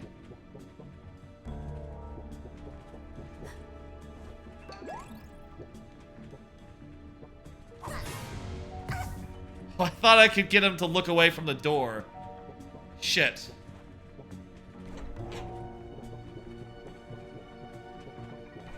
I watch a lot of science YouTube. So, you know, I get in the recommendations things that are, like, tangentially science related. And one thing that I've seen a number of times is videos where, you know, they spend a bunch of time, like, debunking various conspiracy theories that are conspiracy theories and, like, you know, things that are unscientific, like creationism and shit. You know, young Earth, whatever, whatever. And I just see all that stuff and I go like, you know... Oh, the time limit is not real, take your time. Perfect, okay, cool. I see all that stuff and I go like, yeah, you know, you're kind of preaching to the choir here, you know that? Like, I already kind of believe the things that you're saying. I don't really need to be convinced or have their arguments debunked. Like, yeah, you really just don't see the point of that, you know? It comes off to me as like, yeah, man, I didn't give a shit about their opinion to begin with, so, you know, like, to say, like, aha, I figured it out. I've, proven why the Earth is definitely old. It's like, yeah, I already knew that. Right, because I figured that out when I was a boy, you know? When I was a young lad. And it seems to me like most people have. I don't really know, like, what the value is to it, other than to say, like, yeah, you know, we're... Other than just, like, the crows are suspect. Other than just to say, like, you know, people enjoy arguing on the internet, I guess. They enjoy, like, refuting stuff and like, going through the motions and shit. And I was like, I don't see the point of that. Just let them be wrong and just ignore them and do your own thing. To me, that seems obvious. You know? It seems obvious that you don't have to, like, think about that or concern yourself with that. We can finally prove that the Earth is round. Yes, exactly. The proof is in the pudding. How are you gonna prove that? I don't know. It's weird. It's weird to, like, spend time thinking about all that business. And it's definitely, like, my least favorite flavor of science video, you know? I like learning about a thing that, you know, we didn't know before. I like hearing about, like, how various science things work. You know, like, oh, you know, this is how... Or, like, the history of some obscure extinct beast that, perhaps you don't think about that often. Like, oh, you know, this proto-mammal is weird. Look at this proto-mammal. Stem mammal, whatever the fuck. Smilodont. That's an actual dinosaur. Pretty cool name for a dinosaur. Not a dinosaur, shit. I'm doing the thing that, like, toys do. A Smilodont is sort of like a proto-mammal. sort of, I think, like a saber-tooth thing. But not actually a cat, but, like, looks like a cat. Similar to a cat, but not actually related. And, like, with really weird fangs, I think, if I'm recalling what the correct... what it actually is. I like hearing about them.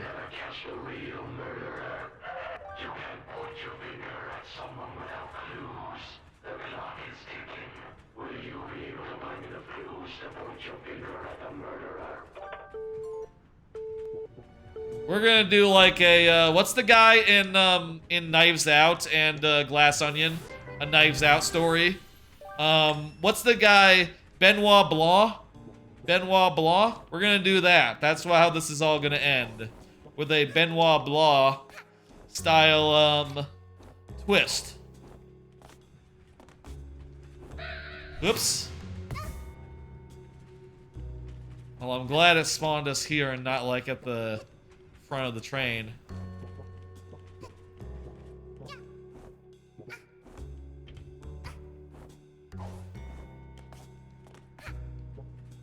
This is a good use of the stealth stuff, and, you know, I'll tell you, I get the feeling, like, my thought right now is like, hey, is this gonna be the last of the stealth stuff?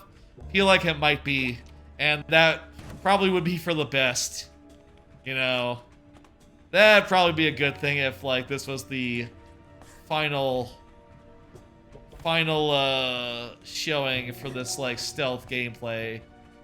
And it's probably, like, the best form of it, too. Like, just like, yeah, we're solving a case. You know? Obviously, when you're in the disco area, that's just, like, a big party, isn't it? And I think, like, the train heist thing that's the next level of the western side is just, like, an uncomplicated, like, it's just like a platforming level that's just pure platforming goodness. I want to do that one tonight, too. I want to do that one tonight. I want to do the first disco level, and then maybe we call it after that. Can I get through that door? No. Absolutely not. We're short a key. Where's the other key here? Oh, there was the VIP area. Did we go in the VIP? We did go in the VIP area, right? Earlier.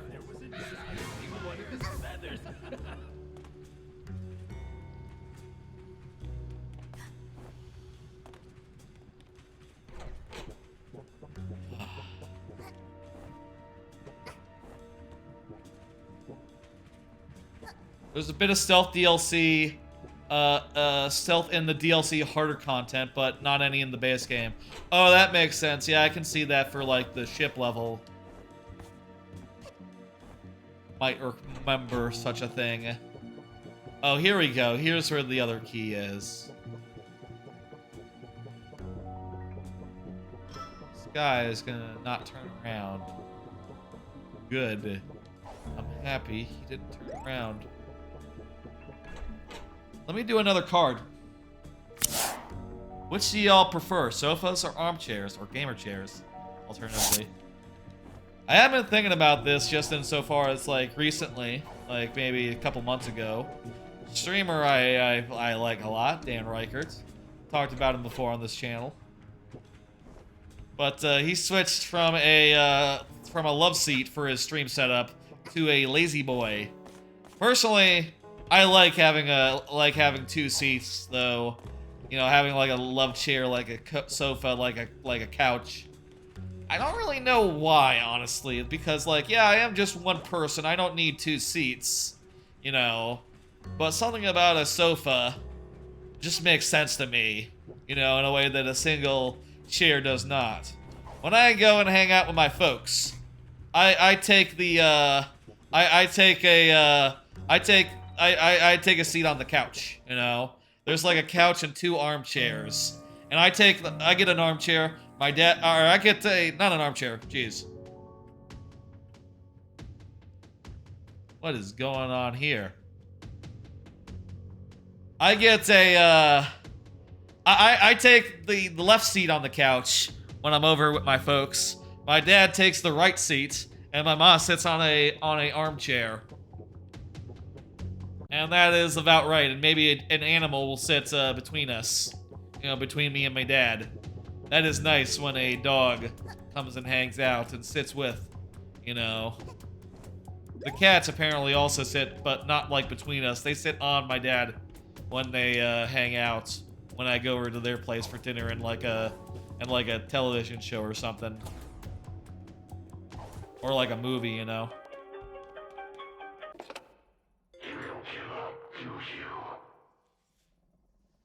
Sofas, but mainly one of my desk armchairs. Gotcha. Yeah, I'll say at a desk it makes sense to use an office chair, gamer chair, whatever the fuck. But like for the most relaxed, I like a couch. You know, I like display. The thing here's the you know what? The thing about a traditional armchair is you can't recline. You can't like sprawl up across it. That said, with a modern armchair, they have recliners built in now, you know. You don't usually hear people talking about recliners anymore because it's not really a piece of furniture that's like separated from armchair, I guess. A lot of armchairs just have recliners built in, as do couches now.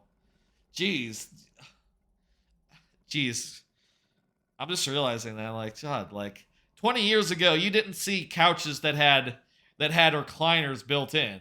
That is a relatively recent innovation. You know, when you talked about a recliner, you were typically thinking about a armchair style thing that reclined. And then later they figured out like, oh, what if we put that in couches? And that was brilliant. So here's a fun time here. Has gotten itself in an unusual situation. It's hanging on top of a thin rope for dear life. Oh no, it's dinner! What an odd coincidence. Oh no. Oh, also, what was I gonna say? Lost my train of thought there. Whatever. Save it from becoming sawdust, or figure out who the murderer is. Oh, I was gonna say that when I'm off stream, please be assured I am always fully reclined. As reclined as I can be. I can't recline right now. Because with this seat, the microphone is a little in the way. You can see it here. The arm sort of goes out in such a fashion where it would get in the way of reclining. Also, the more I reclined, the farther away I would get away from the microphone, which would not be good. I'm already a little far away from it, honestly. Like, I should probably be closer, but it's fine. It sounds alright. You know, as far as I am concerned. I think it sounds alright. I hope y'all think it sounds alright, too. You know, from previous streams. I can't hear what it sounds like right now.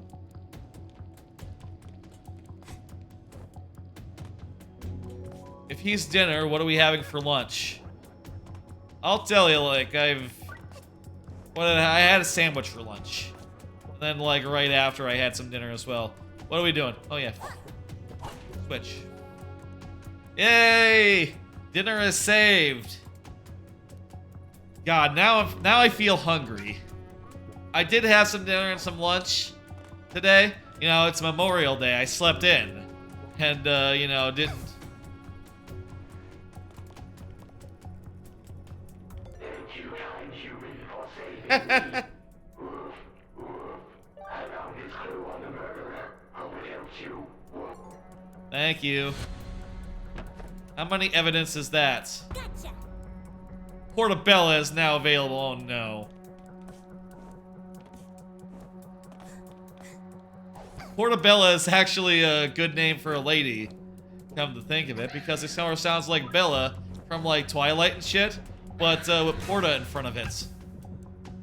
There's nothing. Is there anything else in this room? I don't think so. I think we're done with this room.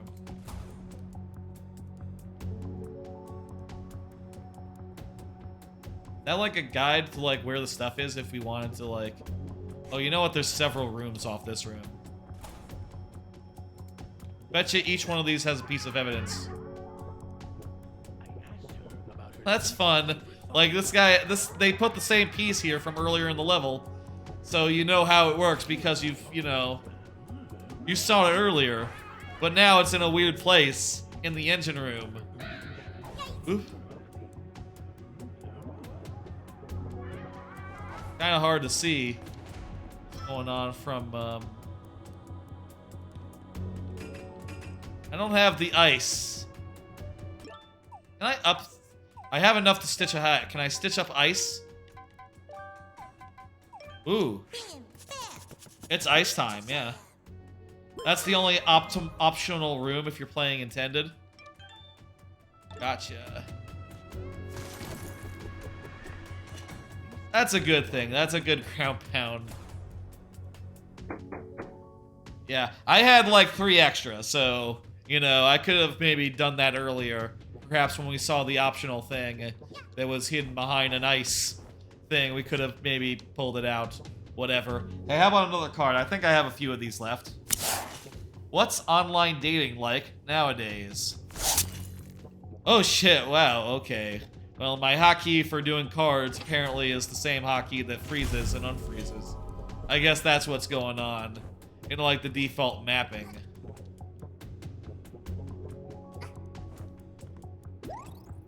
I'll fix that by next Hat in Time stream.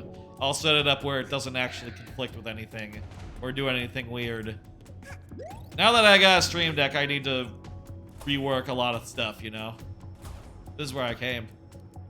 I have been wondering that recently because, well, honestly, you know, it's been a while since I concerned myself with that. Gave it a go. I asked around in a Discord, like, hey, what's going on with that? And apparently, the thing is now, like, Bumble and Hinge are the main ones for, like, you know, like, not Tinder, basically. Apparently, OkCupid is, like, gone, or, like, dead, or whatever. Which is fine, you know, I honestly was, I didn't, like, feel like I gelled that much with how profiles worked. I feel like when I was trying OkCupid, I mostly did a lot of, like, you know, reading profiles and just being like, okay, I don't know about this one, you know? Which feels weird, you know? It's like, I feel like I meet enough people in life that are like, okay to good. Or like, yeah, if I just like... I feel like the problem wasn't necessarily like, oh, these people are not necessarily right for me or whatever. More just like, writing a profile that is enticing is really, really hard. And no one knows how to do it. What are you... Why are you holding us? Why are these guys acting as security?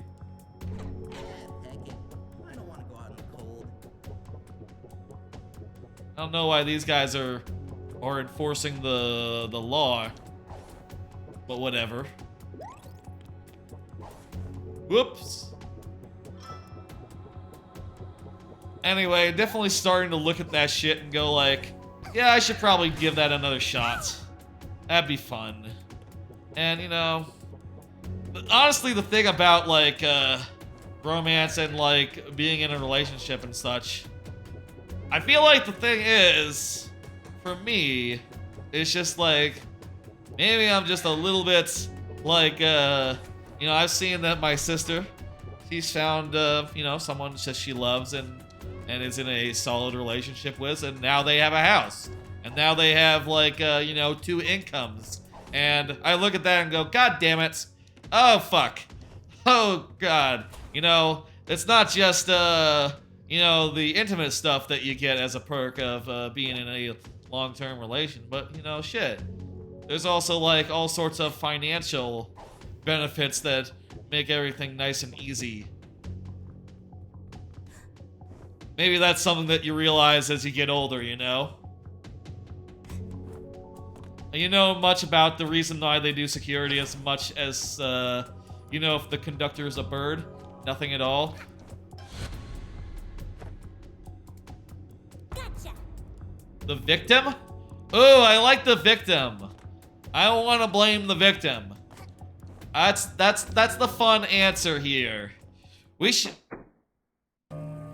Time's up. Wait, there's still... I missed a clue? I didn't know that was supposed to be the last one. Who done it? We don't know. We couldn't find any conclusive evidence. We have no idea who murdered this. I still get the thing, though. So you've done pickle to solve the case. Who's the murderer? Wait. Okay, let's see. These guys are too obvious. These guys are too indescript. That is the conductor. I don't buy it. If it's just the person who is like the prime suspect, that's boring. You want it to be someone different. It's got to be the murderer himself. He's not dead. That's the funnest answer here. Who's the last one? Who's the last candidate? Who's the one we missed? I can't off the top of my head think of any characters that we didn't get as options. Oh, maybe me. Maybe Hat Kid. Yourself. Okay, yeah. Got it about the same time. Maybe a little bit sooner for me. Wait, A little bit earlier.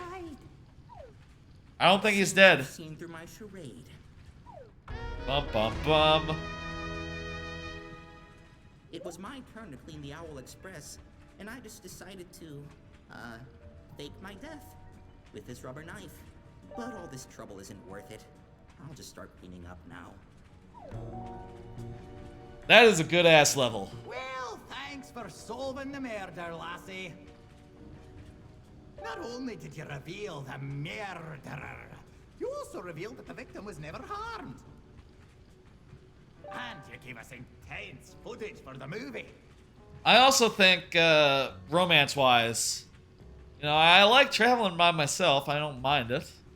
But, you know, hey, you know, if I were to find someone who, like, I enjoyed traveling with, it'd be fun to, like, go to Japan again, but with another person in tow who is, like, compatible as far as, like, style of travel, you know, and go see things with, or, like, go to theme parks with, or whatever. That'd be fun. That's probably a good, that'd probably be a good thing. What? You think I'd let a murder happen on my Owl Express? Oh, think again. That was all just a setup for my... I thought that was the movie. Murder on the Owl. I thought this was the movie. Honestly thought this was the movie. You think DJ Picnic will make a movie that's even remotely as good? Ha! I think not. Here, take this thingamajig and get out of here. Alright. That was a long level. Jeez, that level alone was like an hour long, wasn't it? All told. And I missed a clue, too.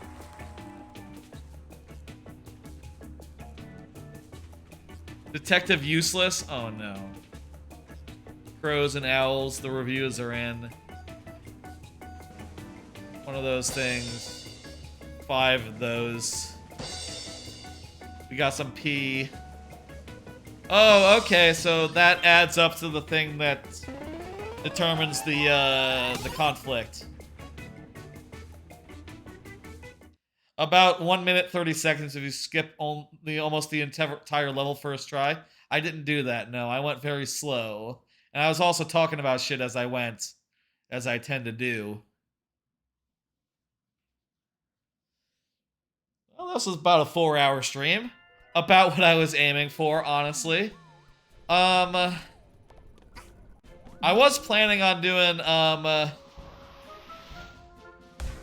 Picture Perfect. Which I think is a level where you just run around like the... Oh, you know what? I was hoping that I would get like the second act of the train. You also need a tool that lags the game. Okay. OBS not good enough for that then. I'm not sure actually if OBS is lagging the game at all. It might be.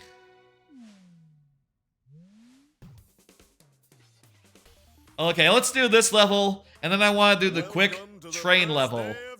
We need to transform you into the biggest movie star. Or maybe we should have this be it, and then we start next time with that train level. A diva. That sounds like a good idea as well. That's why I've called for a press conference here on our moon set. You need to get Oh, this is on the moon? the cameras and electrify the public, darling. Right, that affects the gravity, that's why. Going for your movies. Once you've got them going crazy, come back here and we'll show off our new prop. That's right. We'll unveil our new movie prop to the masses. This level is a nice change of pace, you know, after that last one, which is very... Not exactly linear, but... Out there know my name, DJ Grooves. Yes, that's right. And I'm telling you, this young girl here is the next hot thing, guaranteed. Just look as she'll climb up this statue and rescue the dog again. That has gotten stuck. Right. There's some funny through lines here, even between the two sides. That even in these levels where the two sides don't really meet, the dog was in both of them. You know, I don't think I remember the dog in the first place, but that's great. Safe and sound. Too bad it ran off and definitely didn't break into multiple pieces.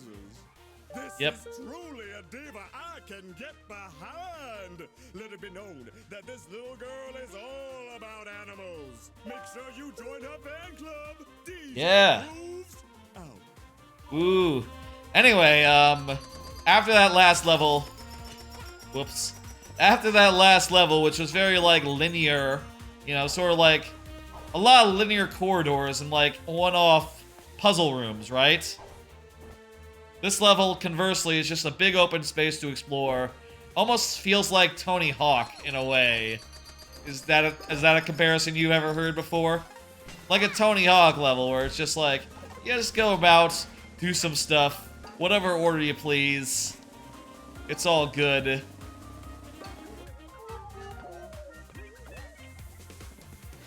Never heard that one before. One of the things I really appreciate about this game is how it's just so willing to, like, mix it up as far as the structure goes, you know? Like, every world basically has a different way that it approaches the levels being formatted, whether it's like, okay, one-off instances in the first level, a lot of, like, entirely custom levels, like, from top to bottom, like, entirely custom. In the case of this one here. What are we doing here? The third one is, like, one big open space, but with, like, I guess, like, different areas you go in each level. The third one, maybe, are, like, missions or something that you do. Sort of. I'll tell you, the third level... Maybe not my favorite as far as, like, yeah, it's a good premise, but I remember the execution being a little awkward. Not quite as intuitive, I guess. And the last one's like an open world, and then there's the boats and the Nyan. Nyan is also open worldy, but in a different way. In a much different way than the... Than, like, the mountain one. It just has a lot of good variety that keeps things interesting, even if it wasn't this, like, also entertaining just for as far as, like, yeah, the humor is on point, the writing is good. Let's say good, you know, it's... Some of the writing is a little bland, you know, or just repetitive. And I'm definitely feeling like... DJ Grooves, and I'm telling you, I'd love to, like, hit A right now. In fact, I will. I've heard this one before. On her first. This game is easy to understand, darling. You just guess which number of card the other player's holding. 3. From 1 to 10. Which card do you think he's holding, darling? Wow, fantastic, incredible! The answer is indeed 3! Folks at home, I'll say like some of the writing is like could be a little more tight, you know, but at the same time it's charming and endearing, you know. Even if like not every word is like perfectly economical or whatever the fuck. You know, if you go like, okay, well, I don't need to spend like a minute reading this whole line, actually. Like, 10 seconds is probably enough for me to get the idea and have a little chuckle and be moving on, you know? But it is like Psychonauts adjacent, and, you know... Oh, okay, shit, these guys are taking pictures of me. If I like, get in the right space for it. Very nice. I love the little pictures that come up, the little, you know, beautifully drawn things. Didn't Aura Hack have like draw some of those things?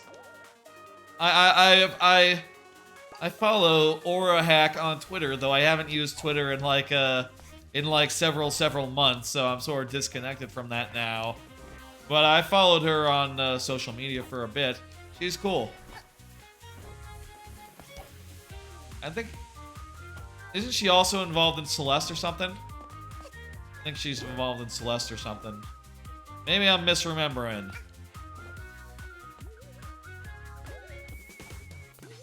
There's some other indie game that she had, like...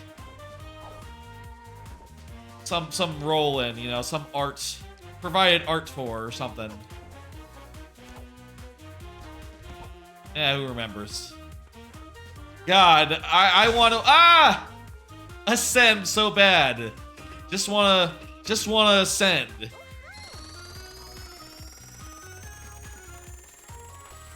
You call, darling?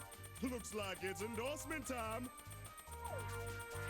Do you think that post Tears of the Kingdom, other games will start to have Ascend as an ability? I bet you Ascend would be really cool in a platformer, you know? Like, I think about Tinykin, how you can, like, gather green Tinykin, and then just form, like, a tower of Tinykin. Just, like, raise yourself into the air based on how many Tinykin you collected. You know? Vertical abilities in 3D platformers are really cool. So if you could, like, put Ascend into one, that'd probably be pretty dope, actually. You know? I guess you would really be limiting your design space. Every time you did a ceiling, you'd have to be like, I need to think about players ascending through this right now. Maybe, you know, if you don't want them to have a ceiling to ascend through, just have it be indoor or outdoor spaces more than indoor spaces. Danger is her middle name. I bet that'd be cool, though. Outside of her comfort zone. Make sure you join her fan club, DJ Grooves. I mean, a lot of games did a lot of Breath of the Wild type stuff. Going crazy, darling. Come over here and show off our new stuff. Oh, that was quick. Our new prop.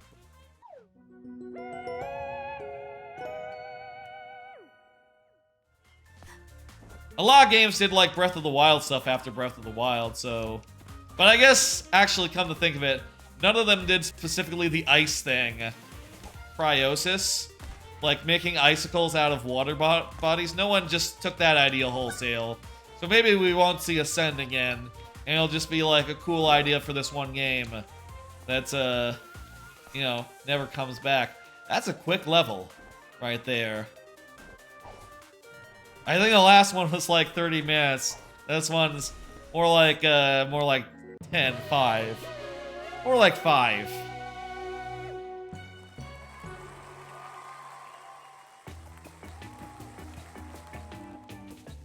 DJ Groove starring me, little girl, Moon Penguins.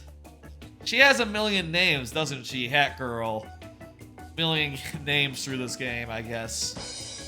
Sort of like Mario in TTYD.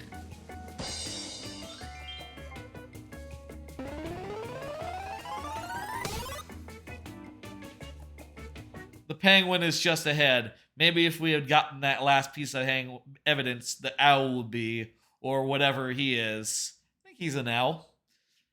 I mean, I think he looks cool, whatever he is, so... You know, it's all good either way. How many did we get this stream? Let's see now. Where's the counter? Where's the thing that counts up and shows how many things we've gotten? Oh, it's up there. 10! You know what I think? That's the perfect number. Also, you know, I'll say I am tempted to do, I am tempted to do, like, the platforming level.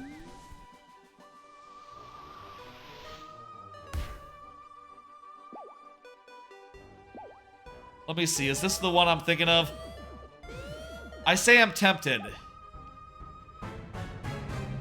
You know what? Fuck it. Let's do it. Let's do, This is it, right? The one where you just have a platformer level? Train Rush, yeah. I'll unlock this one as well, though. The big parade. It would be like symmetrical. You need hookshot for Train Rush? Oh, okay. So there's something we need that we don't have. Where do you get hookshot? Do we have to go to, do we have to go to, like, this world then? Next time? It's in Subcon? Okay. Okay, so... We can't do that level yet. Thanks for letting me know, Mario fan. Very informed. I guess next time we'll head over here to Subcon and we'll do some Subcon. And then we'll... Maybe next time we'll end on... No, maybe next time we'll... That'd be ridiculous to do that level across 3 sessions. Well, I guess actually a lot of... We'll probably be doing a lot of levels over multiple sessions because of the, you know, time shards and all. Next time, I think we'll do, we'll start in on Subcon.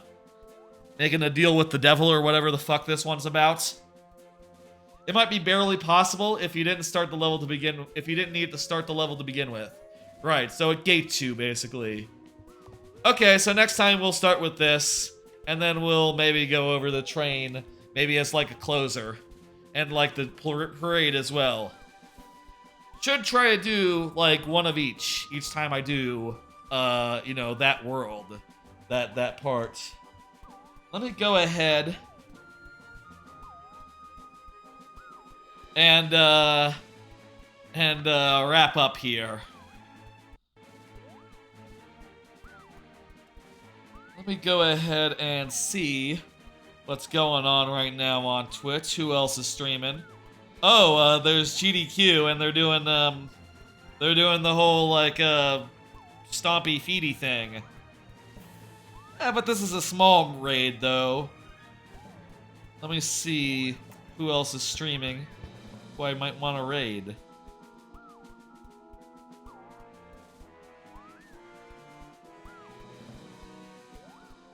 Betsap is doing a stream of, looks like some Tears of the Kingdom.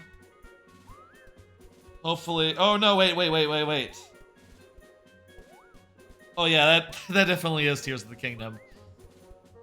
Let me see how far in.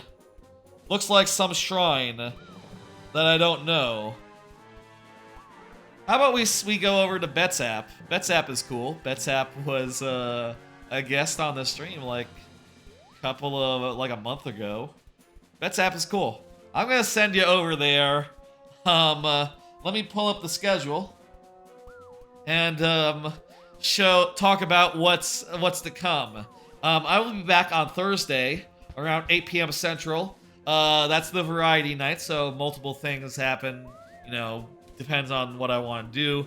This week, I'm gonna do Paper Mario Randomizer, trying out that Power Star Hunt mode, where basically you have to get a number of stars to finish the game, rather than beating the bosses. I'm gonna set it so I need 70 stars and have 120 stars total, so about half of them. We'll see how long that takes, I have no idea. Hoping for around 3 to 4 hours. And that'll include having to fight Bowser at the end, by the way. After that, there's always Friday's viewer level streams, Super Mario Maker 2. That's always fun. And of course, going forward for the time being, you know, until I finish it or whatever, we'll see like how far. We'll see like if we go for 100% or something on this game as we continue to play it. Hat in Time is the Monday thing. If you're looking for that again, that will be next Monday. Gonna go ahead and start the raid. Thanks for coming by, for hanging out, for watching along, for chatting. Y'all have a good rest of your night. And I'm gonna pull up Betap stream on my phone so I can see the raid go in. Perfect. I will see y'all on Thursday for Paper Mario Randomizer. I feel like I'll be in just the mood for that, considering that Paper Mario is going to be at GDQ on Wednesday, so I'll be in the mood for some Paper Mario action. I reckon. I'll see you on Thursday. Y'all have a good rest of your night. See you later, folks. Bye.